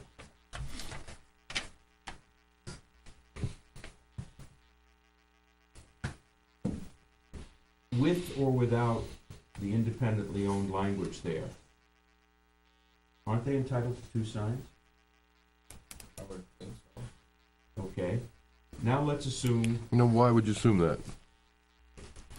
there are two separate, to They're me, two separate entities. obvious, Two business Different activities. Business So and, and carpenter and CPA don't go together. Yeah, so you get your own. How do you know they're independently owned? Owned. Again, that goes back to what is the definition of independently owned? I would think if a husband and wife owns one business and a husband and wife owns the other business, they're not independently owned. How do you know it's husband on one and wife on the other? How do you know it's not? You don't. presumably they come in for, do they have to come in for a site plan review for a home business? No. Not really. I mean, if you call it business activity, that, If it's business activity, let's assume the husband is a carpenter and a plumber, and the wife is an accountant and a lawyer. They can only have 2 signs. One sign says accountant, the other side says lawyer, the other one side says plumber, the other side says, depends which way you're driving. They could do that.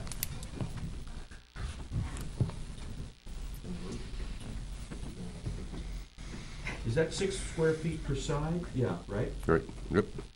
We probably ought to make that clear, but, oh, no more than 2 surfaces, each surface can contain no more than 6, yeah, we got it already.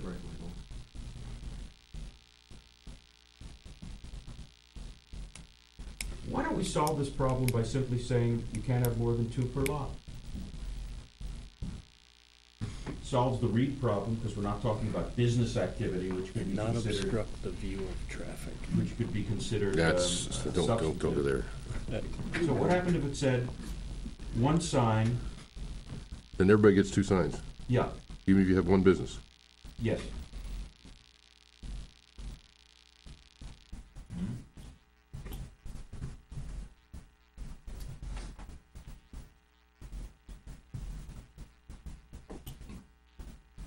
Why not just say 1 sign per lot? Regardless of how many businesses are on that residential lot. let's do it. That's just a thought. Let's do what?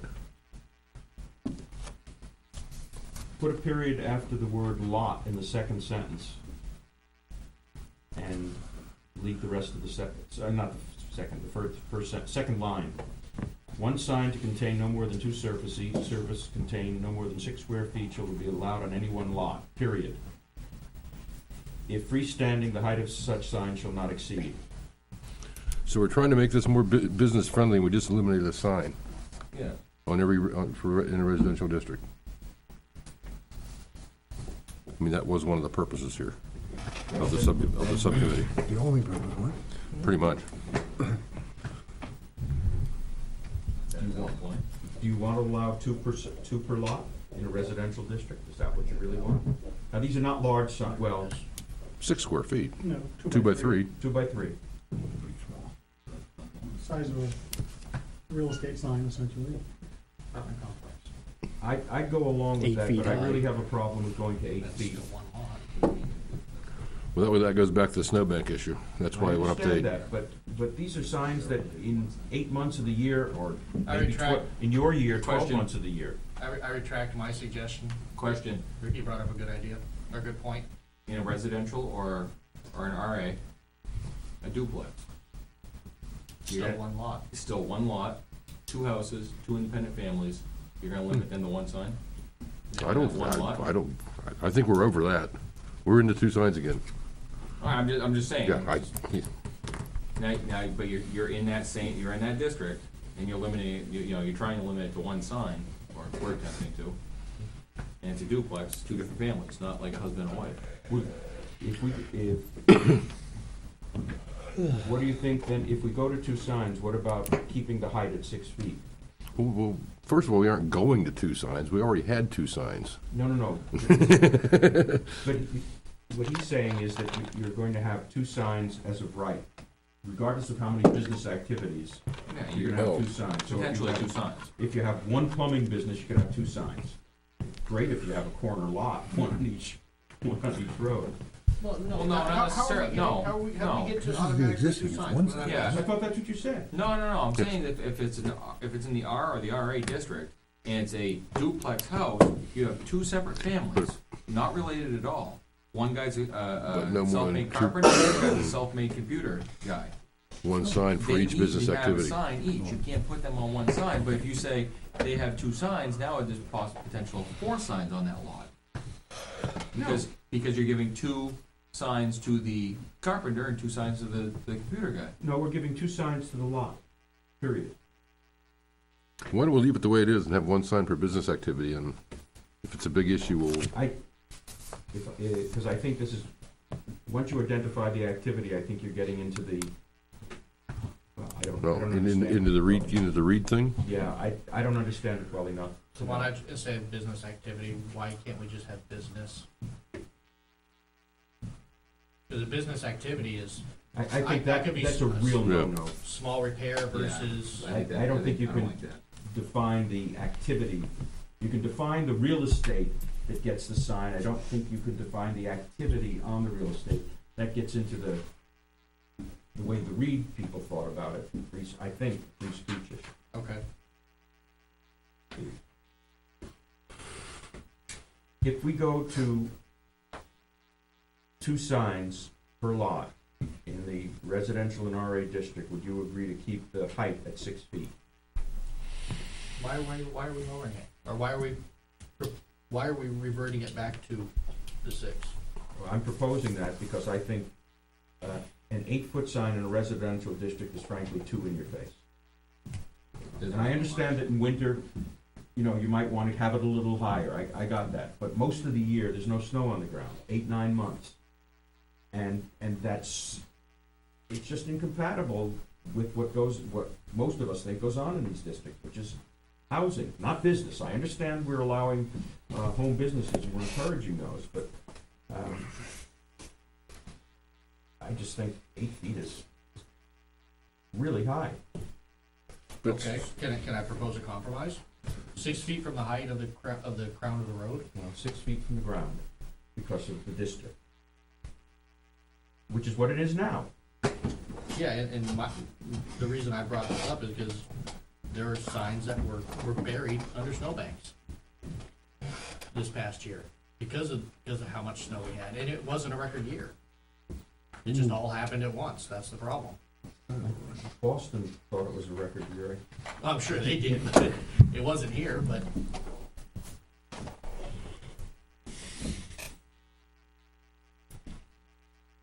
six feet from the ground level to the top of the sign. That's all well and good if your ground is level with the road.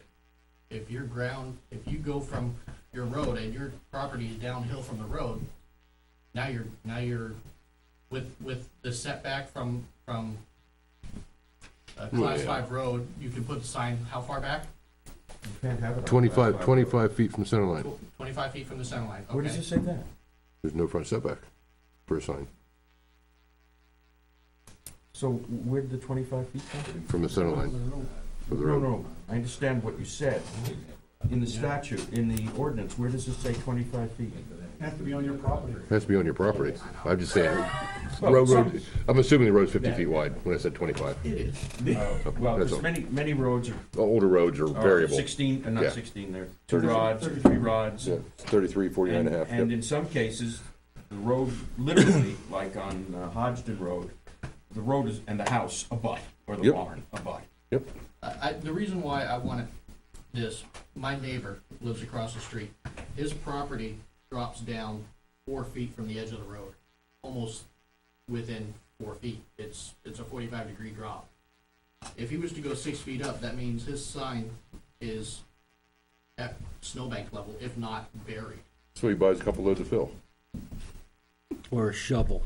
Yeah, How about, why don't we, but that's an artificial ground. Creative. Doesn't say natural. No, it doesn't. if we keep it at 6 feet, but allow the planning board in exceptional cases, such as the one that you mentioned, to allow a higher height, would that work? Now you require a sidewalk and all that stuff. Yeah, and you're removing the authority to issue the sign Back to us permit again. back to you again. In these particular cases. We're probably 6 feet from the center line of the road. That's what I suggested. That's what you suggested. Because that would, I mean, That way it keeps on even plane, Yeah. and now you're not gonna have 6-foot snowbanks on the side of the road. God, I hope not. But If you do that it could awful mean, long, that could mean Yeah. the sign could be 10 feet above ground level in your neighbor's case. Yeah. it's only gonna appear 6 feet above ground level when you're driving by. if you put on a artificial berm, then it's gonna be, Same height.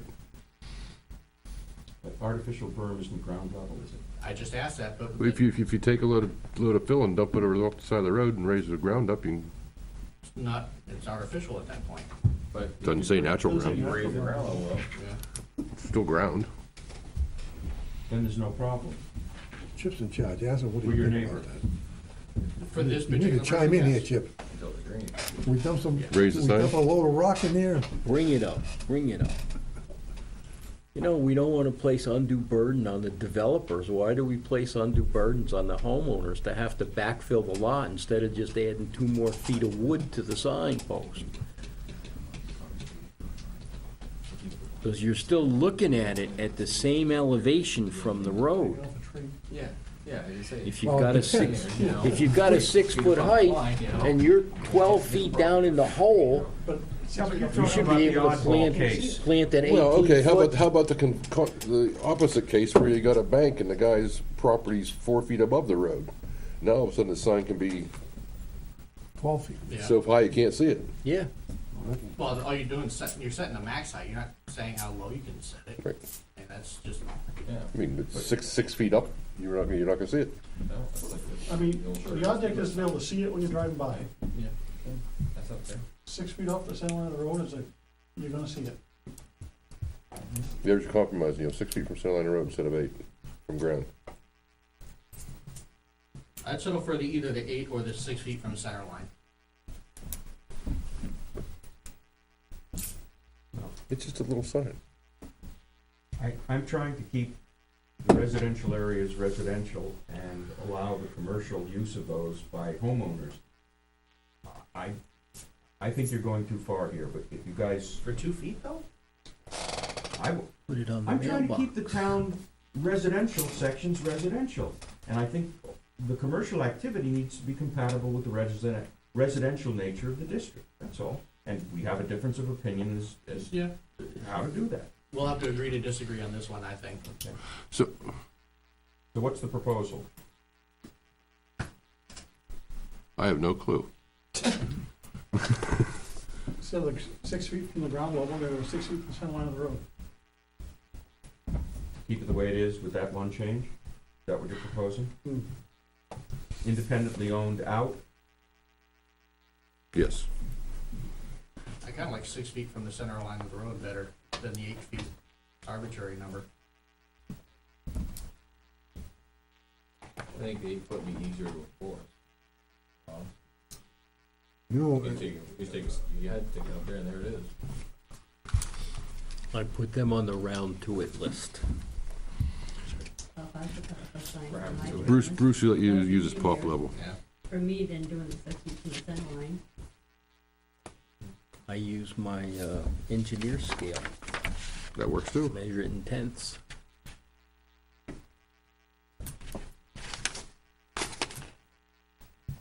That's what was averted.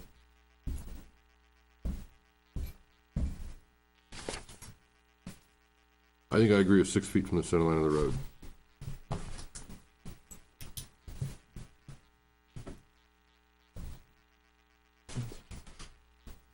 And I don't. You don't? What do you want, 8? 20 6. feet, 8 feet period. Because, and I'll just use an example, up on Concord Stage, across from the East Ware Fire Station, Brian Cook's house. If you wanted to put a sign in the dip where that barn used to be, the silage barn used to be, he'd have it up on 20-foot staples, but he'd be 6 feet above the center line of the road. Now, to me, that would look terrible, right? On the same stretch of road, to go with what you said, where the old Sugar Hill Speedway sign is, that's what, 8 feet above grade, but it's right on the ground. Yep. I'd rather see it 8 feet done and over with than 6 feet above the center line, only because of instances like that. Of course, if there was somebody, a business in that dip, so they'd have the driveway filled in, going off to whatever side you wanted to go off on, You'd want it higher, then you'd want the sign to be 8 feet above the center line. You wouldn't want it down the hole where nobody's gonna see it, yeah, or 6 feet above the center line. whichever.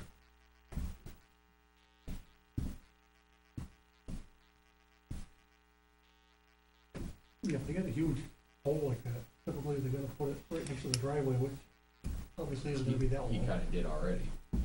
Yeah. Yeah. So I don't, So we don't have an opinion, we don't have a majority here at all? yeah, I think that 6 feet above the center line makes a lot more sense most of the time. sure there are exceptions.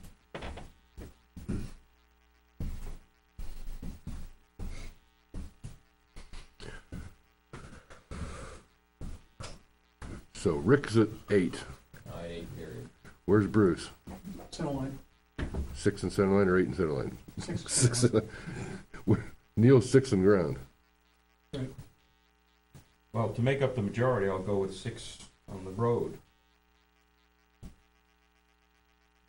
And you're 6 in the road. Okay, we're 4, 6 in the road. Now what about the rest of it?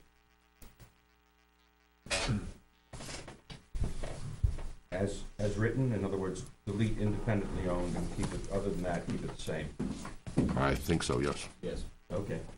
So it's 6 feet from the center line? Yes.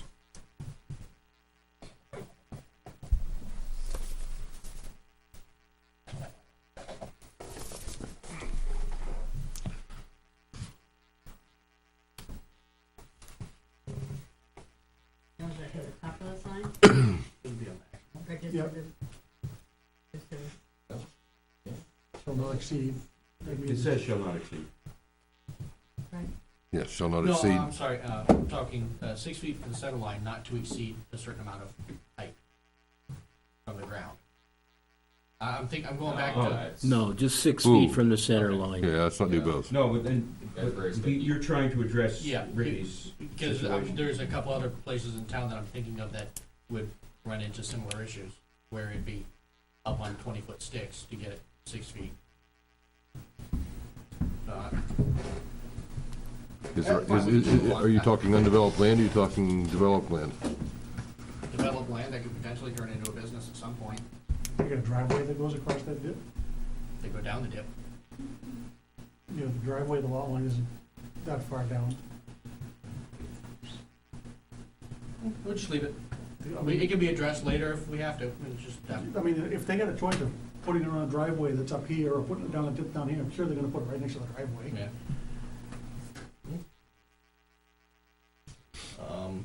It's on the south end of town. I can't think of where it is off the top of my head, but yeah. Moving on. So we're talking the same thing for 10-1-3? 6 feet Yeah. from center line. Yes.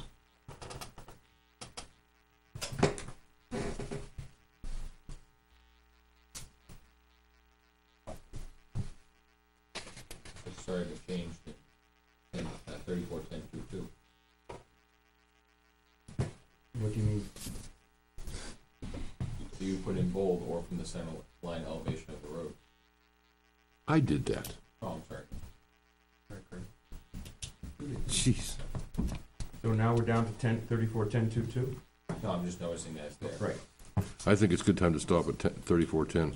Motion table. Agreed. Okay, I'll rewrite this as far as we got. And Hey, we got 2.5 pages almost done. We got 1 meeting to finish? 2. We're getting there. We're gaining. I'm gonna toss that. You know, Craig, we used to have sessions that went till 1 in the morning. I don't know why you're being so gentle. Because I keep kicking them. And I'm kicking them on the other His leg side. is- Got these black and blue marks in my shins. I got a site walk on Saturday. Yes, I know we used to go to 1 o'clock in the morning. I'm trying to avoid that again. Does your wife have a silver Honda wagon? No. Because I saw one out there, only had one headlight. I said, you must have fixed one of them. I fixed one tonight. It got dark. Craig is just going to use his authority as chair to declare. I declare this meeting adjourned. There we go.